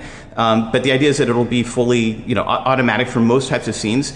But to your point, you're going to have things you can add for a specific render. We'll have Octane-specific tags, Arnold-specific tags, anime render-specific tags. Why not? Like, that's something that we could support, so that if you're doing material variants, which is a thing, for example, that USD supports, there are things that we want artists to be able to to tune for a specific renderer. On the other hand, we also want it so that if you're buying something off of TurboSquid that's a Orbex or C4D file or something like that, could just load in multiple renderers. And that's the goal. So it's only for very expert level advanced settings that you might need to go into a specific render and do different things. But we'll see. I mean, as we add more renders, we'll figure it out. I mean, our goal, certainly with the internal ones between Brigade, Anime, and Octane, is that pretty much it's going to be a lot like switching between direct lighting and path tracing. There are some things that change because the subsurface scattering and things like that are different between those kernels, but it's ultimately the same scene. As far as speed goes, one of the things that probably the video made look easier than it was is that it actually had Arnold already running. So you can start up multiple renders at the same time and then synchronize them, and the synchronization happens instantaneously. You can even render them at the same time, and even composite them. But the load up time for Arnold is pretty small. I mean, it's about like if you were to stop the render in C4D and Octane for C4D and load it again, it's about that same speed for doing that with Arnold or other renderers and Brigade as well. So it'll be a few seconds to fully close one render down and boot up another one, but you can also render them at the same time, even have Octane on one GPU, Brigade on another. All that stuff is viable. Super cool. So the example that you showed with Arnold, is that GPU only on Arnold, or is it able to use the CPU as well? So to the point about tags, when we have the multi-render system, depending on the renders that we support, there's a bunch of extra properties you can set for a specific GPU or multi-render system. In the case of anime render, you can set things like the line settings. It's like a kernel setting. In Arnold, you can switch between CPU and GPU, and it works. You can actually use both, which is pretty cool. So yeah, both CPU and GPU work. It's just a one flag setting, and we're going to add more and more of those. I mean, rather than kind of making it so you can take any render in the world and add it as a Hydra render delegate, we kind of want to do what we've done with third-party plugins for Octane, where yes, some third parties like Ahmed have developed these things, but we do a lot of work with that partner to make it work nicely. And we're going to do that with the Arnold guys as well. It'll be all the Arnold settings will be there, and GPU and CPU both work, and you can even load up both of those in tandem with multi-render and link those together, which is pretty interesting. Rendering Octane on all your GPUs and then Arnold on your CPU. The computer's going to get hot. Yeah. One other cool factor that we can turn on is, we are working on headless rendering with Octane. The cool part is headless rendering will work with all those multiple renderers as well. So you could be able to do headless rendering with with Brigade, with Arnold, with the anime renderer, the headless part actually just decouples the full core of Octane from the DCC tool, and that's in progress too. We have it already kind of working nicely with Blender, but it'll be coming to all the DCC plugins, and that'll work with Multirender, which is pretty nice. And put all your render machines in the basement. Right. Yeah, have a nice, cool office. Yeah. Let's talk about anime render a little bit more. I think people want to probably find out a little bit more about it. Tell us in general, for people who haven't heard of it, what's it about? So the anime renderer came out of a lot of requests that users had when we first introduced cell shading as a material, or toon rendering in Octane. Mm-hmm. One of the big missing pieces that Octane itself couldn't really fix was having really nice, like, drawn lines or edges around surfaces. Like, that's not something that you can just do in shaders. You have to do a whole separate pass for that. So the anime renderer initially came out of that work. We have a dedicated developer on that. It's like and it was initially meant to be another render kernel or mode in Octane, and it just, again, one of the things we did with the anime renderer, the reason why it's so fast, as you're showing in that video, is it is, just like Brigade, it's built with RTX by default. So it's all using ray tracing hardware. We could probably port it backwards, but right now it's running on RTX cards. And it's really fast, but it does primarily do edge rendering. You can also then take those edges and overlay those on top of Octane, or you could just use the equivalent of what we have in Octane's cell shading system right within the anime renderer. And that's, the edge rendering is such an important piece that, there's no way to really do cell shaded 3D animation without that. And having a dedicated renderer for that purpose ended up just making the most sense, just like Brigade being its own dedicated renderer made the most sense versus trying to completely bake those into Octane itself. We handle the geometry differently. It's behind the scenes, it isn't that much different from switching kernels, but it does allow you to then take things that are just very difficult to do in Octane with line rendering and just get that right out of the box, and then even combine those together, which is pretty cool. So Cryptomat and Octane will also allow you to then composite live certain things that are done in one renderer and another. But yeah, the anime renderer is, as you guys are seeing, it is real time. It's a little bit like some of the early Brigade tests that were 4K 60. It's kind of that speed. It's really, really, really fast, even on a single GPU. That's cool. Now, World Creator, that's something we haven't talked about yet. Yes, that's super exciting. So World Creator is our second third-party tool that we've sort of added to our subscription offerings. And for those that may not be familiar, World Creator is an amazing standalone tool that allows you to build procedural terrains and skies and clouds. It's used by artists like Aaron Westwood to just do amazing scenes, and it's all GPU based. So our the partnerships that we're sort of choosing to include with these other tools that we're bringing into the subscription offerings, things like Embergen, World Creator, those things are all running on the GPU. And the standalone version of World Creator, just like the standalone version of Embergen, is how we're beginning that process. So I think in the coming week we're putting out the free version of World Creator standalone, World Creator 2. And around early next month, we'll hopefully have World Creator 3 available on the store. And the idea with all these extra tools is that you can get them for a significant discount if you already are an Octane subscriber, and there'll be a free version with limited features that you can get no matter what. So if you're basically on an Octane Studio sub for less than $20 a month, you'll have parts of Embergen and World Creator that'll work at least for playback inside of those tools. And then the idea is you can then upgrade. It'll probably be in the same price range as an extra render node, which is like 10 euros a month, I think, on the shop page. You'll be able to add that to your sub. And I think that's how we're looking at it. We'll probably also do a suite of things where you can get all these different tools together for a discount price. We're exploring that, and every partnership sort of has their own things they want to sort of attach to that. But we're all in this together. Like, there is sort of an alliance of different 3D tools and partners that we have around what we're doing to try to bring these together. And in the case of World Creator, it was sort of the World Creator guy's proposal to take what's inside of World Creator and to build a set of nodes that allow you to use World Creator functionality directly inside of the DCC plugins, kind of like what we're doing with Embergen as well. And so having that will be really nice. And of course, I think node-based authoring is something that we can expose in all the various tools. Most tools have a node system. In C4D, of course, we have Ahmed's node editor, which is pretty advanced. We're also looking, of course, at supporting the C4D one as well, where it makes sense. But yeah, that's how we see those coming. And there'll be other tools as well. We're actively looking at other partners that can fill in some of the DCC blind spots, so to speak, where there isn't, like one plugin that works in all the DCCs that can do this stuff. I mean, the great thing about Embergen going into Octane Core is that 20-something DCCs can now use Embergen. You don't have to, if you're a developer, you don't have to build 20 different plugins. You just piggyback on ours to provide that and get great integration with Octane Brigade and even other renderers as well. And Aaron's short film that he's working on with World Creator, it's coming soon. That looks incredible. It does. Those shots. Yeah, it's incredible, right? It's awesome. Yeah. It's awesome.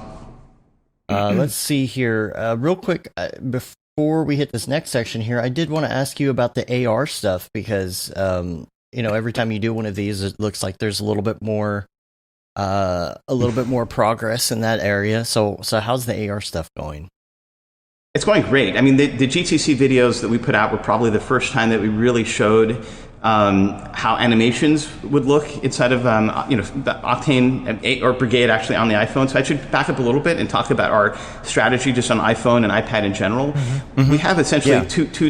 I've been showing for most of this year that we have Octane running on an iPhone, and it's actually pretty fast. It's probably about 20 OctaneBench on the iPhone 12 and the iPad Air 4, and we could do full production rendering on those devices. But with Brigade, which again we're introducing Brigade to do real-time stuff, and Brigade, when you switch from Octane to Brigade, for example, in Unreal or within Unity, Brigade will actually be able to render those scenes, with game engine speed and Octane quality in those engines. So that's something that is going to be useful for, I think, people releasing games that want to leverage that kind of quality, even for interactive experiences. But I think where we're going with Octane on iPhone in particular is we want to have people be able to load, let's say, an OrbX file, like what you're showing here. And that is literally Octane Standalone running on the iPhone. All the interface, everything just works. But the more interesting piece is, well, what about Brigade? So Brigade, again, it leverages ray tracing hardware heavily, but it also is faster than Octane for reflections and things like that. So a hybrid approach where we can kind of bake in some of the GI, some of the irradiance, which we do support. It's not something we're actively needing to do, I think, on the desktop, but on an iPhone, having that steps of pre-computing some of the lighting and then using Brigade to then render that live in AR is looking really good. And so we showed some of that a little bit earlier in April. And then in October, we showed how that works with animated scenes, which is pretty cool. So these scenes can be animated on-site, on an iPhone. And yeah, that's basically showing, I think, the irradiance cache in Brigade running on an iPad with just the reflections, the glossy reflections being ray traced. The stuff that we're showing sort of subsequent to that, because that was about a year and a half back, is full on explosions and destructing geometry, also in the, right out of Octane, right out of the OrbX file, and it looks beautiful in ARKit with with basically Brigade running. Yeah. And that's where we think that there's going to be a lot of users that might, sort of touch Octane or Brigade for the first time, just on their phones or iPads, just creating scenes, right, that maybe they're loaded from, their Kit Bash scenes or Turbo Squid or any of these, or we can provide through Render, right? We want to provide a marketplace for people to sell their own, OrbX scenes or their own assets, and being able to then composite that or do that live on the iPhone is really cool. There's a huge number of viral videos that are done inside of Octane on the desktop where people take, video, they do the camera tracking, and then they sort of do compositing with that inside of Octane on the desktop. But if you could do that on the phone itself, and have that run live and make it really easy, I think that's going to be pretty interesting. And that also will get a lot of people, I think, into 3D that might not be quite as accustomed to that. That's kind of how we see the iPhone client working. And then when you get to iPad, well, we can have a full version of Octane Standalone with a keyboard and trackpad actually up and running if you want to use it as you would on the desktop. But that's also where we see an iPad, OctaneX app with things like Embergen integrated, or World Creator, or Sculptron, which we haven't even talked about, kind of giving you even more tools to create. So that video we're seeing here is showing more dynamic scenes running on the iPhone, also just rendering live, which is really cool. I think the ones after that are even better. There's motion blur, which we should now support live rendering. There's one scene, I think, with a helicopter in a car, which we'll get to in a little bit, showing. Yeah, those were really cool. And those ones we didn't show before. Those were kind of internal tests that we were doing. But I think that when you're talking about doing even virtual production, which is another area that I think this could be useful for, you could bring in your scenes onto an iPad and you can just see how they render, on set. And whether or not you're rendering it locally or remotely with headless rendering or just doing it on the cloud, all those options will be available to you from an iPhone or an iPad. And this particular one is awesome. This was an artist in Qatar that just did this in Octane for Houdini. And I showed all those videos because I'm like, well, what we want is let's bring this so that you can do it on device. There's an OrbX file that was done by BLR in 3D Studio Max. And there it is running live on the iPhone. And it looks still pretty good. And so this is basically Brigade mode without any, you don't miss the GI so much, but it's doing all the reflections and everything else live. And you can even do scene destruction live. So yeah, and this is on an iPhone 11. The iPhone 12 is going to be even more, robust and powerful. It's super cool and super fun. So I think that the number, and there's hundreds of millions of users that have iPhones that can now run Octane and Brigade on there. So that market I think is pretty exciting. And we have Octane X, so we'll always have the ability to do full rendering on these devices locally if the hardware keeps getting better and better. And the when Apple comes out with their AR glasses, not gonna happen. Yeah, sign me up. I mean, I'll be first in line to get one of those. I mean, I don't have any specific insight into where and how that hardware will come out, but you hear the rumors and you know that there's a lot of people working on AR, and you see all of the investment inside of ARKit on the iPhone, and you can totally see where that's going because my assumption is that it's going to end up working like the watch initially did, where you pair the glasses that are lightweight with your phone, and that just works, because I think the phones are already getting powerful enough to do the things that you were just showing. Those last two videos were rendering live, 100% live on the phone. So being able to have AR glasses that are fed by the phone wirelessly, I don't know, with 60 gigahertz or something like that can do that, it's going to give you a pretty great experience, and it's definitely going to be a thing. I mean, I think when Apple and Facebook put out glasses that are in that form factor that are really lightweight like sunglasses, it's going to be tens of millions of units. VR has never really seemed to have gotten into that. Even the Quest, which is very popular, just people don't wear it all the time, and that's because the glasses are heavy. The glasses need to be so lightweight, they really do, for this to take off. But I think Apple and Facebook and others might be able to pull it off. They have to not look goofy. Like, you don't want to walk down the street with your AR glasses looking like a goofball. That's when it will become mainstream. Like when Google it's nice Glass. Yeah. We haven't talked about Sculptron much yet. Yes. So Sculptron is another, it's like one of those 20% projects inside of Otoy that ended up getting a little more traction as we invested more time in it.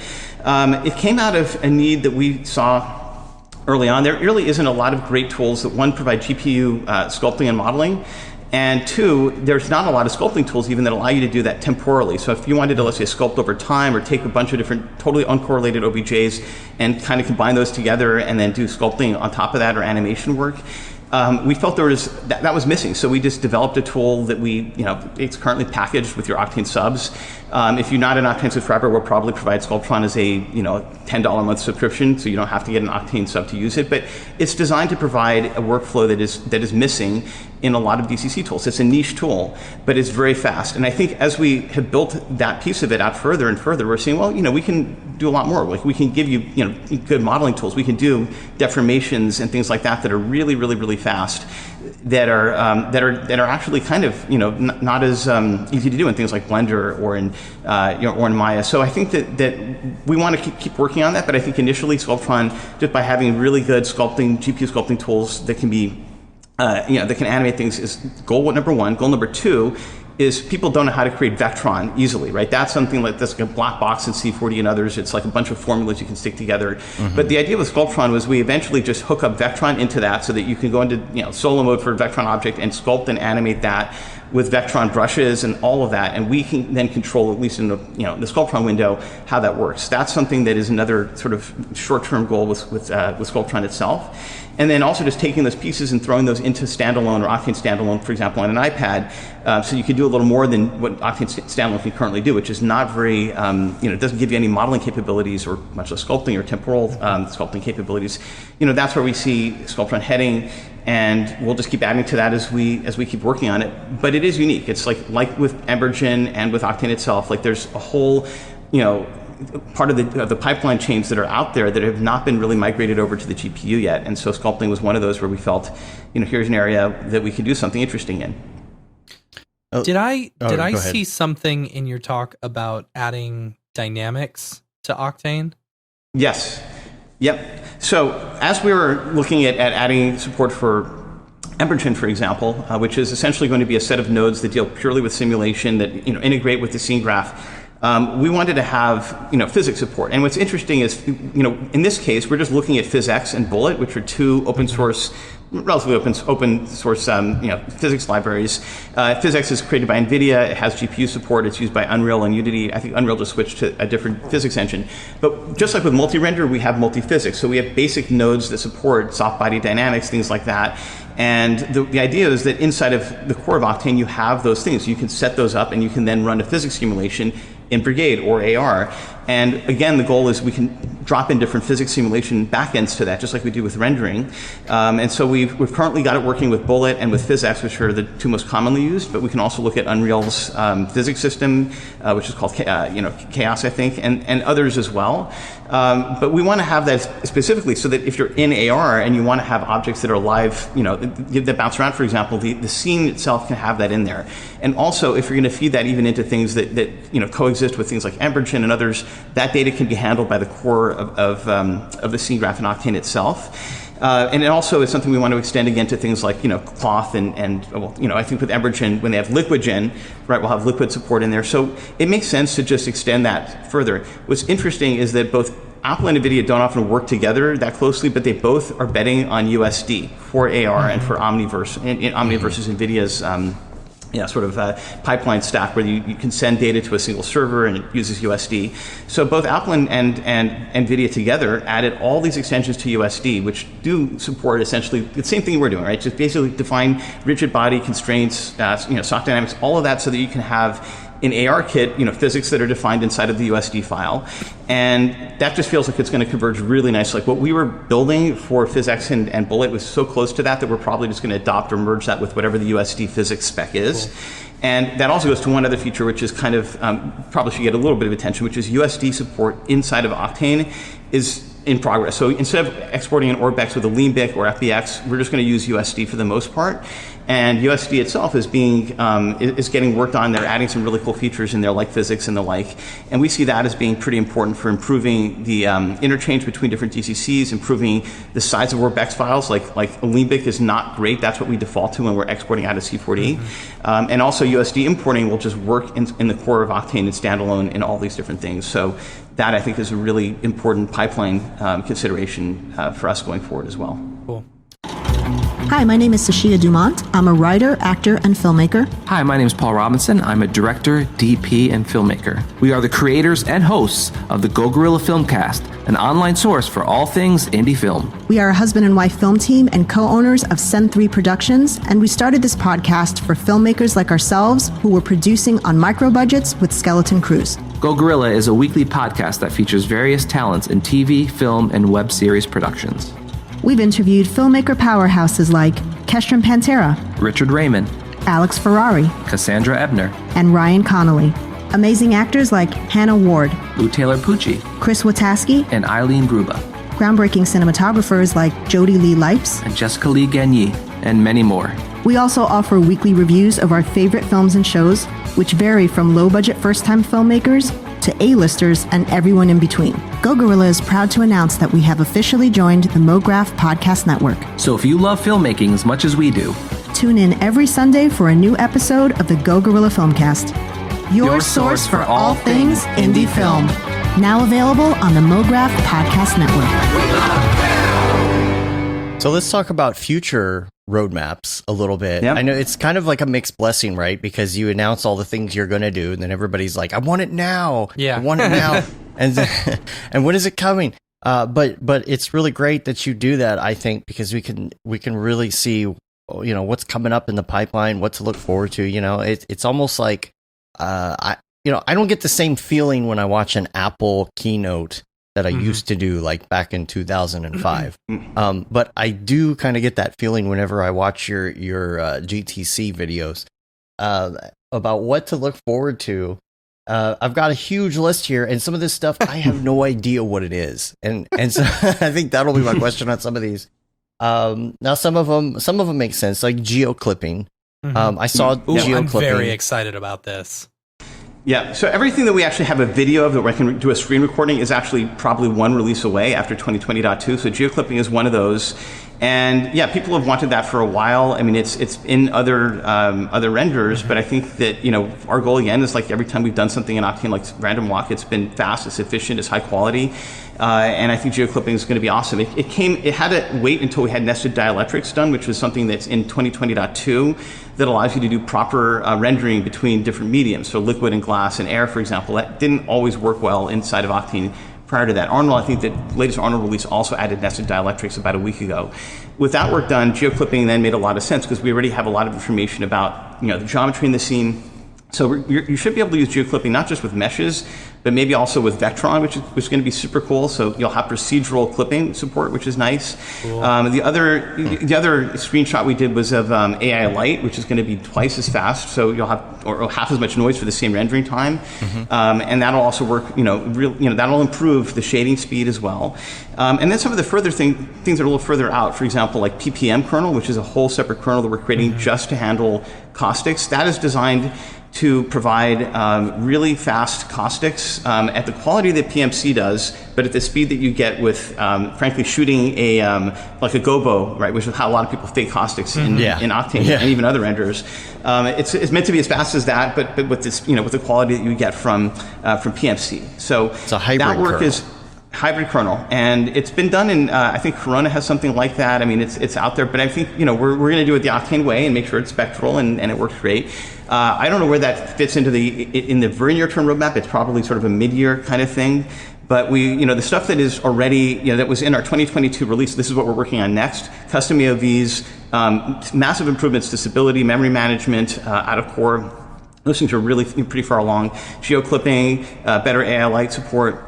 Fully complete working open color IO system all the way to the viewport. Like that's kind of 2/3 of the way done in 2020.2, 1/3 of the way done in 2020.1. I think by the end of this year, the first release of following 2020.2 should have full open color IO, working ASA support. There's a lot of good stuff, but there's also a list of things, frankly, that we get mostly from the Mograph Slack, where we ask, you guys, like 530 Octane artists, like maybe 500 because 30 of us are I think in that Slack, but like what do you guys want in what order, and let's do it in that way. Every 4 months we have a pretty major release. Like it used to be 2 years between 3 and 4. And now it's like, it's like 3 to 6 months, depending on how much we want to squeeze in there. So a lot of things that people are asking for, like we want to make sure that if you have a light in a volume and you make the light invisible, it doesn't mess up the volume rendering. That is now like a top priority because, enough people ask us for that. So that'll probably be in there in the next few months. I think we're going to get that fix in place. But there's a lot of things. So there's many sort of the more forward-looking features involve things like the PPM kernel and things like that. But a lot of the big things we have on that roadmap, a good chunk of them are already out in 2020.2. Even more will be out by the end of the year with the release after that as we work on getting that to a stable release maybe around March or April. And I think some of the biggest pieces are kind of around Octane, like Brigade and Multirender and the animate render and Embergen and even the World Creator and other pieces, which is exciting because that means we can do those in parallel. I mean, their Embergen work, I think the Django FX is doing such great work. I mean, we don't need to wait on them. They don't need to wait on us to really kind of do their great work, and we can then sort of integrate things in parallel. But one thing we did learn from Octane 3, which was not our greatest release, like I'm sure people remember that kind of taking a long time to get all those things done, is we want to make sure we have releases that are focused on they're faster and also focus on features that users really want.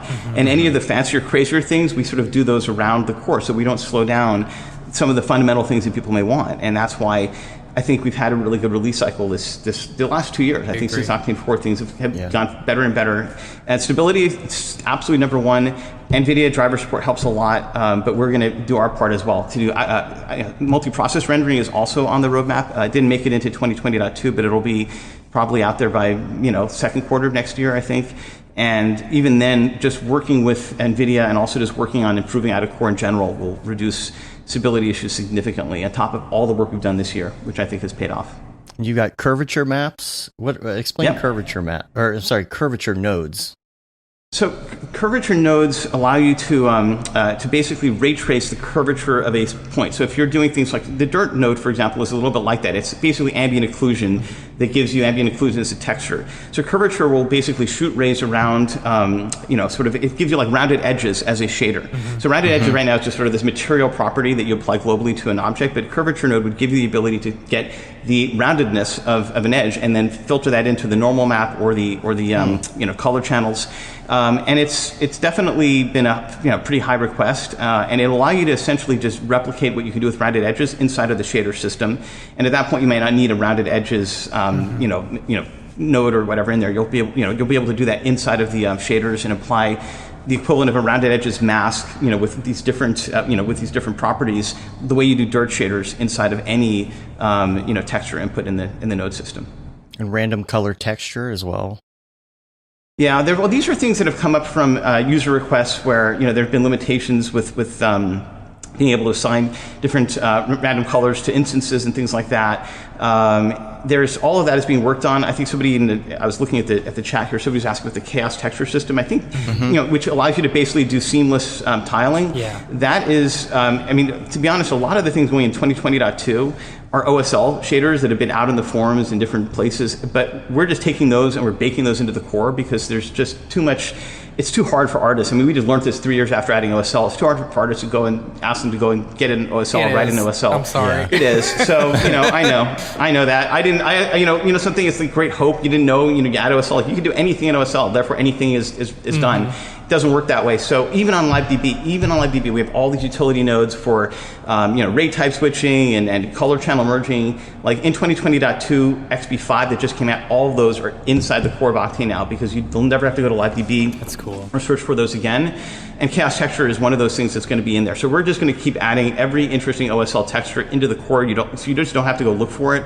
And that will sort of limit OSL, I think, to things that are truly sort of more advanced or custom. And even then, if somebody does something great that users want to have inside of the core, it's no big deal for us to add that in subsequent releases. And that's just a lesson learned from years of having OSL there and not having. People's like, oh, there's no, channel splitting in Octane. I'm like, well, no, OSL can do all this. And it's just too hard. Right. It's just too hard. And you guys are right. You guys were some of the first to flag that to us. Like, well, even on LiveDB, it's too hard to go and drag that in. Just put it in the core. So we're doing that with everything we can. And that's well underway with 2020.2. More of that is going to go into 20.3 or whatever the release after this will be as we keep going. Brodeur, speak of the devil. He's in the chat here. You have a really cool looking render from David Brodeur, and it's talking about spectral fabric. Yes. So there's actually a lot of things on the roadmap relating to material and BRDF properties that some of those didn't quite make it into 2020.2, but they'll make it in hopefully the release after. And that includes a better fabric BRDF. So we introduced, better hair material. We introduced random mark for skin shading. Fabric is already pretty good in Octane. That render from him, by the way, is just using Octane 20.1 or 2019 even. But one thing we could do is we can make that quality easier to achieve, faster with less noise, and possibly even more realistic. So we have a dedicated fabric BRDF that we are working on.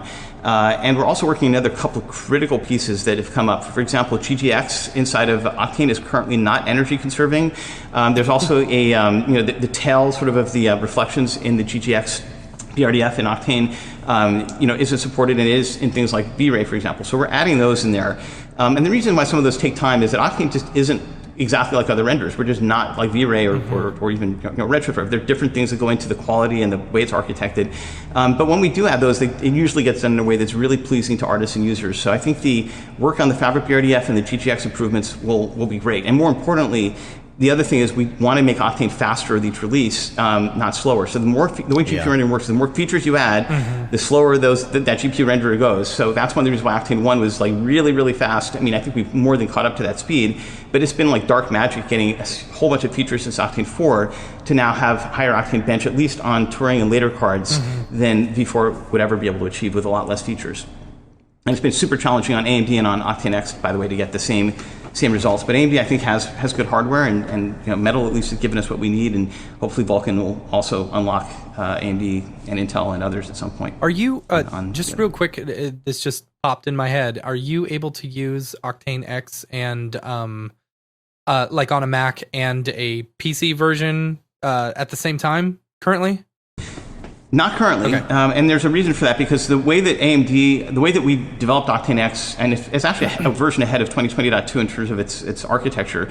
In memory, the geometry is completely different. However, after 2020.2, we're going to basically do a revamp for both Octane X and Octane Render on CUDA, and they should then, that version after 2020.2 should be able to then allow you to mix those together over network rendering and the like. They'll be much more in sync.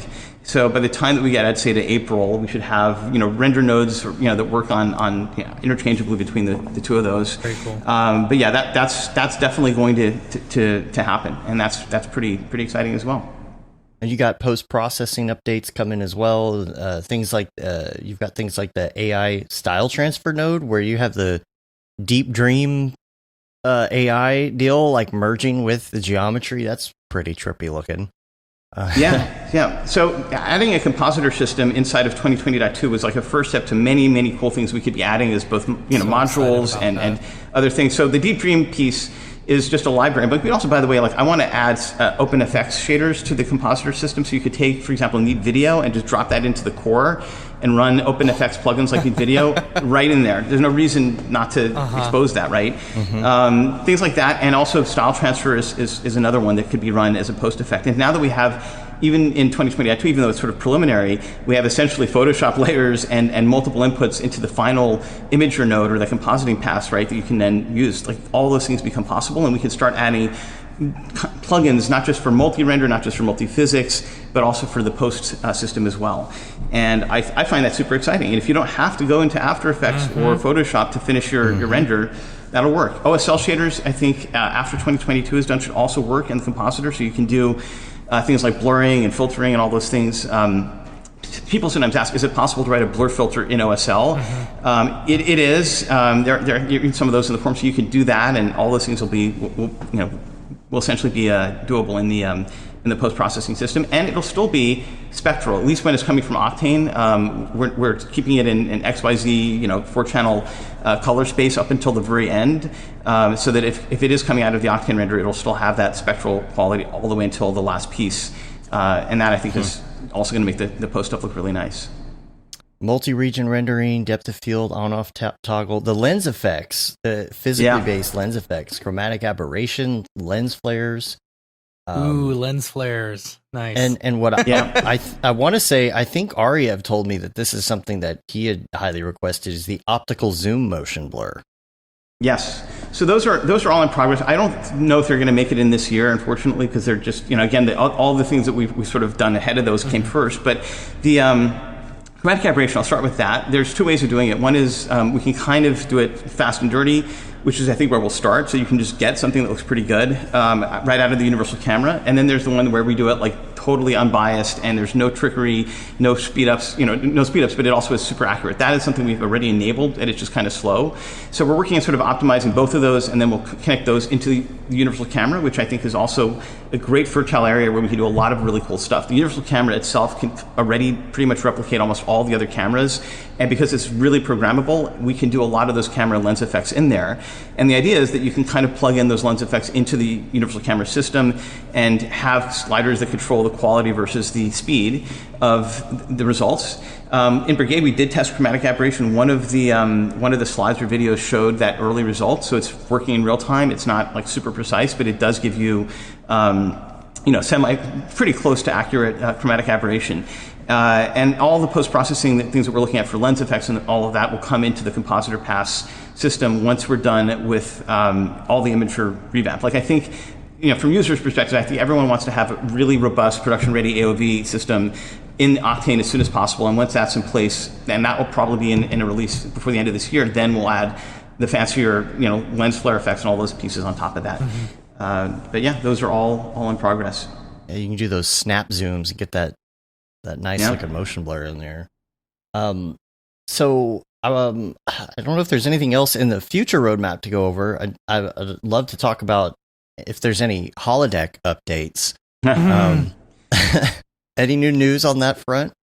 I love to pick your brain on that whenever you're on. So the team at Lightfield Lab, which has been our they're our long-term partners. Like, we're developing the software stack and the pipeline stack so that their displays can kind of ship to they're people that want them, right? And it's going to be initially location-based entertainment and things like that that are going to be the focus of this stuff. But when you look at where, like Mandalorian, right, which is done with Unreal on LED screens, I mean, the future of that entire pipeline is holographic displays. Of course, it's going to be great for amusement parks, but it also is going to be amazing for productions where you can just bring in a camera, have an entire room filled with these panels, probably have, you could, for example, still use Unreal Engine, but with Brigade or maybe Octane rendering it. But our work with Brigade is to actually use that as a starting point for real-time functionality on those displays.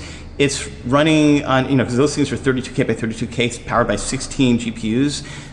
When we first tested it was still running about 15 frames a second across those GPUs, and that was with RTX. With Turing. Mm-hmm. So with Ampere, we're probably going to get to 30 frames a second live rendering with Brigade on a holographic display panel that is pretty large, and it's the ones that Life Labs are building. It's so different than anything that's out there that you're seeing. Like the Looking Glass is nothing like that. Those Looking Glass displays, even the Sony one, which I think is super cool. I don't know if you guys saw the Sony one where it has eye tracking and it's sort of lenticular. They're still kind of just very high resolution lenticular displays. They don't give you an object that is floating in front of the display that looks real with convergence and all that stuff. That's what the holographic displays from Life Labs do, and it's so ambitious. I mean, it's also a longer term goal before this becomes consumer ready, but I do think, like anything else, you're going to see this in larger venues, theme parks, things like that, and then probably production shoots. And then the more they build, the cheaper it becomes, and we just want to be ready for that future. So ray tracing hardware, all the work we're doing with Brigade, all that stuff is going to be fundamental to that. But they are done now with, I think, their first production-ready tile. I mean, I think it's like a 18-inch by 18-inch one, so we're going to be testing that in the coming months. Obviously, with COVID and everything, we can't really easily schedule teams to come and work together.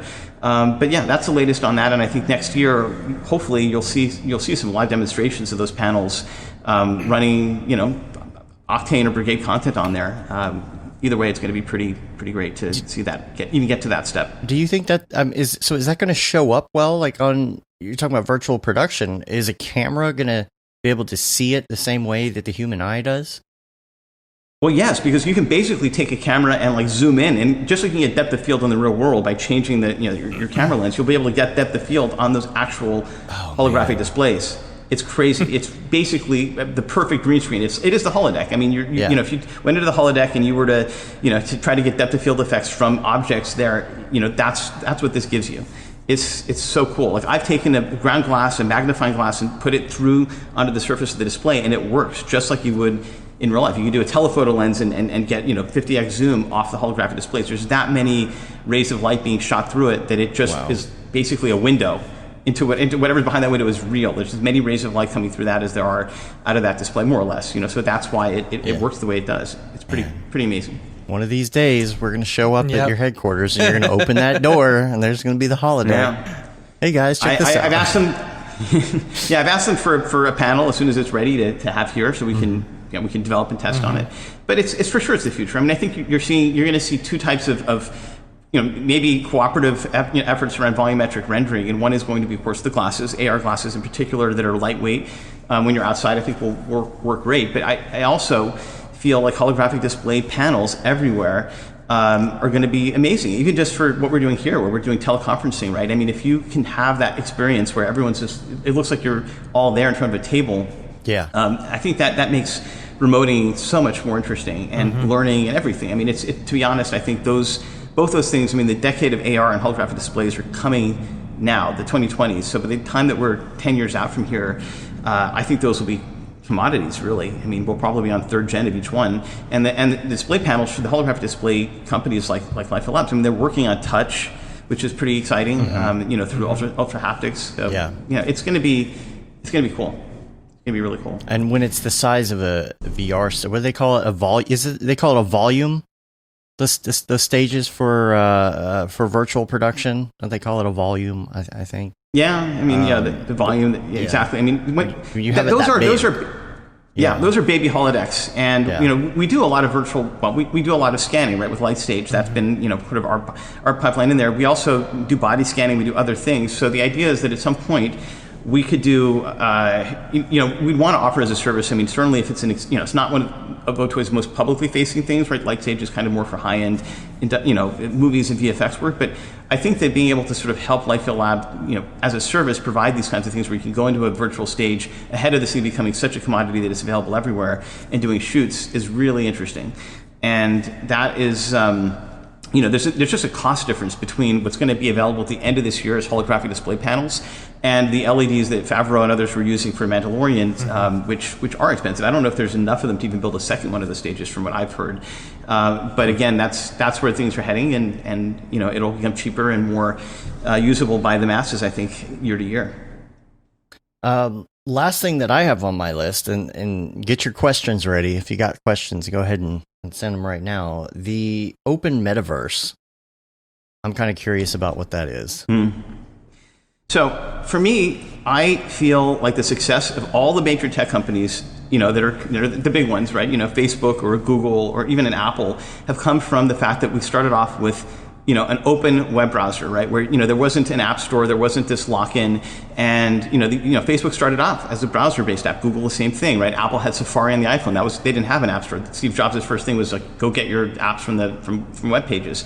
And I think that's an amazing system. And that's why, one of advisors to the company, Brandon Ike, was the guy that created JavaScript, built Firefox, right? That helped unlock the lock-in from IE. So I'm sort of a little bit in the Tim Sweeney, the guy that created Unreal, his camp of like, well, we want to have open standards and open systems so that when you do have an AR universe, artists, creators, people could just publish things and it's not locked behind a specific vendor.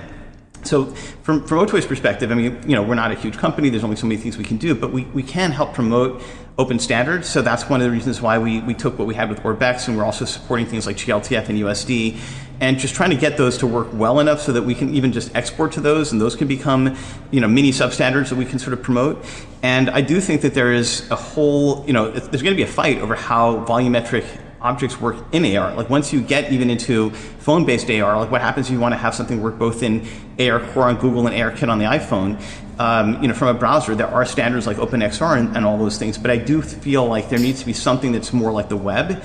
And part of our vision for that is, well, maybe render can help with that, because if we support multiple different renders, any tool can be created on there, and you have a blockchain-based system describing permissions for how objects are used, describing ways how things can be monetized, that's kind of like a template that I see for how I'd want an open metaverse to work. So take, for example, the NFTs, which is a whole other topic that I know you guys have covered in the past, but, Beeple's, I talked to him for like an hour this week about, the whole, the success he's had with his NFTs. But think about it from this perspective. He did those renders in Octane. Same thing with Murpak, who's, ArtCollect, right? I mean, all these people are doing these Octane renders, selling an image.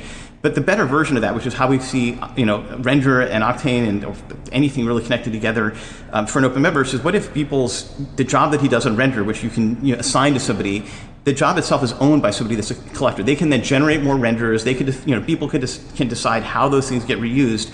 That kind of like, here's how I want my work and my art and my assets to be used interchangeably with other things, is such an important part of that. And NFTs, because they just have popped up and become such a big thing, are a great way to showcase, here's an example where an artist can control the assets and the render itself. So in other words, if you own a render tribe, you don't necessarily download the original C4D file of the assets, but you can control how many times it gets rendered. There's an actual GUID or a URL that is each render, right? So you can essentially have that attribution be listed in there.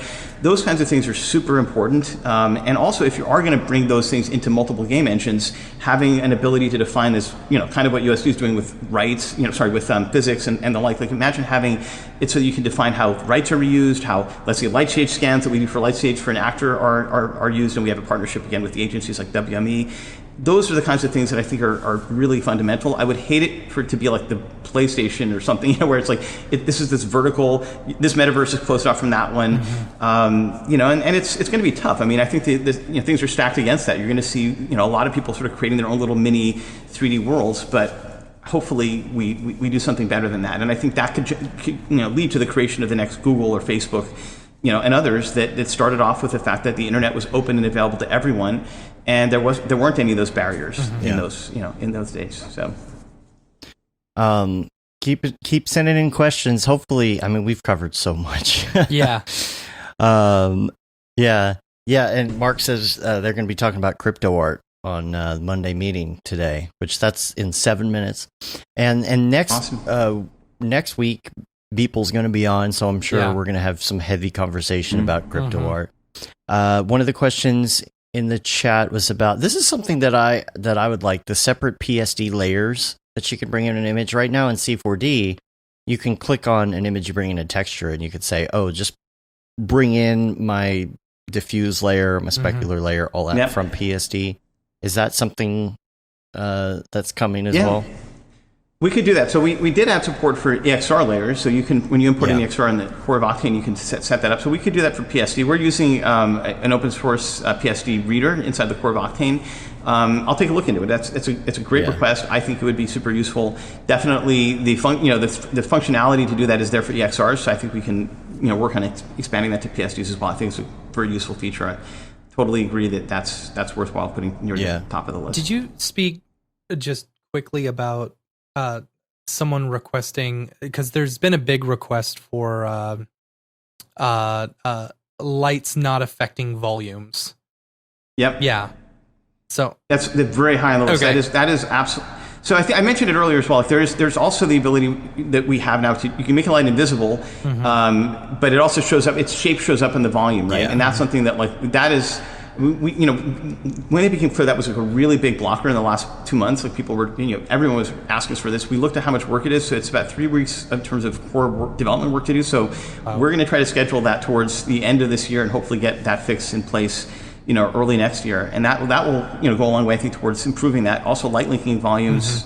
That also is something I know people are looking for. So, that's I think the very first thing that we'll fix is the actual invisible lights and volumes messing up the actual volume rendering with the shape of that object in there. That's something that we know how to fix it. It's 3 weeks of dedicated work, and it's now bubbled up to the top of the list for release after 2020.2, which means it'll be ready early next year, I think.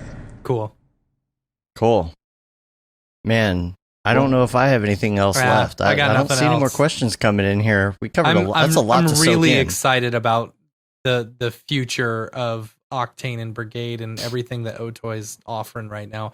I absolutely think you guys are killing it, and in this 3D world, Thank you, guys. I mean, no, we love being part of this community. I mean, it's great. I mean, I truly love seeing what people do with our tools. It's great to sort of provide something that we get immediate feedback on. And I have to say that the Mograph Slack is incredible. I mean, it's changed the way that even I interact with the community. I mean, it's something that I think it was the first time I really, outside of maybe Facebook, started to really get really good feedback on things. And I think our direction is also to take things, beyond even Octane. I mean, Brigade is obviously another renderer, but we also want to create tools like Sculptron or bring in, also create an ecosystem that is bigger than just Otoy, like, bring in the Embergen team, Jenga Effects, and World Creator and others. And I think there's one more thing that we didn't talk about, which is just one small slide in the GTC deck, which is one thing we want to try to do to democratize everything further. Like, I think we've done a lot of great work getting a $20 a month sub to give you a lot of value, right?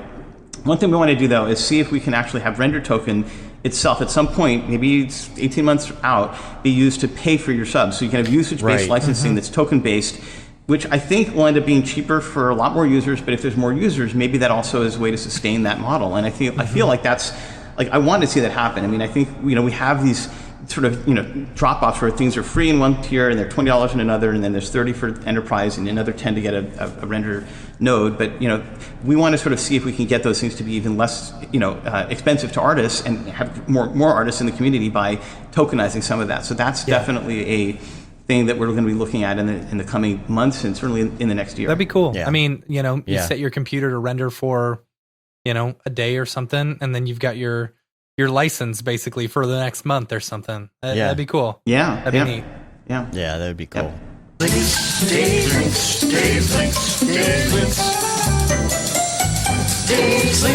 I have 2 quick links I just wanted to mention. There, you can find the links to what we're talking about in the show notes, including the GTC 2020 fall presentation in its entirety.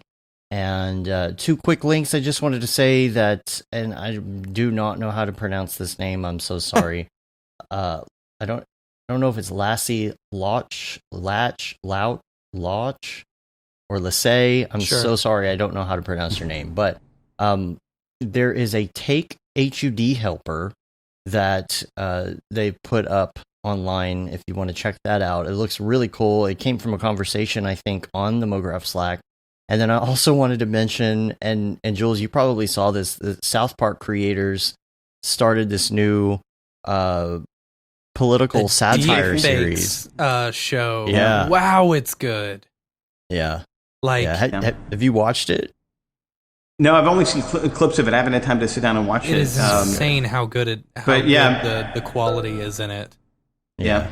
I did note that, and I do want to check it out. But it's just a matter of time, right, before deepfake becomes production ready. You know, and it's and maybe we're there. You know, which is cool. Yeah, it's going to be scary, but also cool. Yeah, exactly. Oh yeah, and people are, of course, and I was going to mention this, asking about how to get into the Mograph Slack. If you email us and ask us nicely, remember that we got rules. It's very, very. We're a positive community.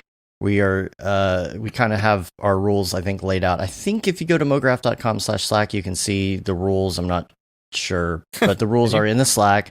If you go to info@mograph.com, as the email address, info@mograph.com, and just shoot us an email and ask us if you can join. We'll let you in. But gotta play by the rules, be nice. And, that's about it. That's about it. I'm sure everybody's waiting for it to end so they can go back and rewind it and maybe watch it at like half speed to take it all in. And Jules, we really appreciate you being on the show. Absolutely. It's always so much fun, and we're so glad that you are listening to what everybody is saying and what they're asking for, their requests. I know that it is an absolute just immense amount of information to take in and handle and do updates for it. I have no idea how y'all do it. Yeah. So passion and will, but it's again right back at you guys. I mean, the community is great, so it feeds off of that, and it's been it's really exciting to sort of be able to talk to that many users and get this feedback and put out releases every few months that incorporate it. And we appreciate you and the team being on the Slack. We know there's a lot of y'all on there, and the fact that y'all are listening is great. Yeah. And so if anybody else has any additional questions, feel free, hit us up, get in the Slack, ask questions. There's also the Octane Facebook group. What else is there? There is an Octane subreddit. Discord. The Discord. Discord is huge. We officially have a Discord channel now. So there's Octane Discord. There's, of course, the Twitter. You can just, direct message me there. But I think I'm pretty active on the Facebook group, obviously on the Mograph Slack, and our Discord channel. I do check in there as well. So, and the forums, that's where you should go if you have specific, bugs or feature requests for developers. That's where there's the most granularity. So those are all the big places to check in for OTOY support. Cool. Well, you can rate us on iTunes, leave a review. You can also subscribe to our newsletter, which goes out every now and then. I'm trying to get one out as soon as we have this new course, mini course announced, so they can go out together. You can say you've been there, done that, got the T-shirt with the Mograph logo T, the Paul Babb Feel the Babb 2020 shirt. The vintage. Vintage now. All the profits from that go to Doctors Without Borders. Now that the election is over, we will be changing the price to $1,000. So make sure that you go get your shirt before it becomes $1,000, because the profit from that goes to Doctors Without Borders. So if you want that shirt, you better get it before we change the price. The Render Things t-shirt, hoodie, and long sleeve tee. The That Render is Fire shirt, which you're only allowed to wear ironically, unless you're shams.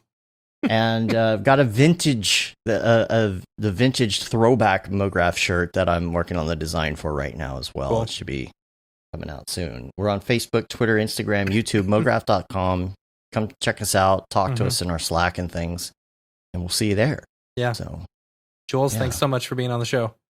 Yeah. My pleasure. Awesome. Thank you, guys. All right. Till next time, I'm Dave. And I'm Matt.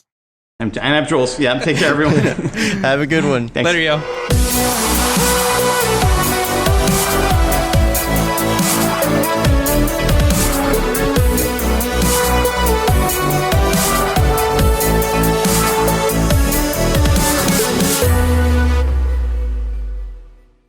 Pretty good, I guess. Mograph.com, an online resource for motion graphic artists. Start your week with the Mograph podcast. industry news, interviews with your favorite artists, and terrible humor. Watch live shows and interviews from Mograph events like NAB, SIGGRAPH, Half-Res, and local meetups. Our Mograph Talks feature live demos and motivation from artists all around the world. Sometimes you gotta make stuff that you're not gonna put on your reel, and I'm not here to judge. What if Rick and Morty show up for the countdown at midnight? That's where I peaked in life, in my career. We gotta stop this thing, Rick! It's gonna kill us all! Hear from the people that create your software, design your render engines, and artists that are changing the face of modern motion graphics. You get that render done. Yeah, you better frame what?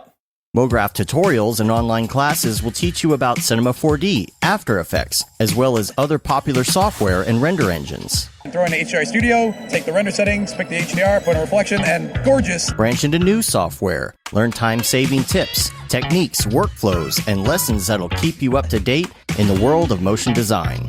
Oh, brother, those are some of my favorite elves. I love projects that scare me. When our art director comes to us and asks for something that I had never done before, man, it gets me pumped. Join the conversation in our live sessions, check out our plugins, or join the hundreds of daily active users in our Slack channel for technical help, advice, contests, or just to joke around. Real nice banana. Ah, that's so funny. All right. I'm going to live forever. Subscribe today and get the latest updates on our YouTube and other social media channels. Take all your dreams and just do it! We don't care how you get here, folks. Just get here. Subscribe to Mograph.com.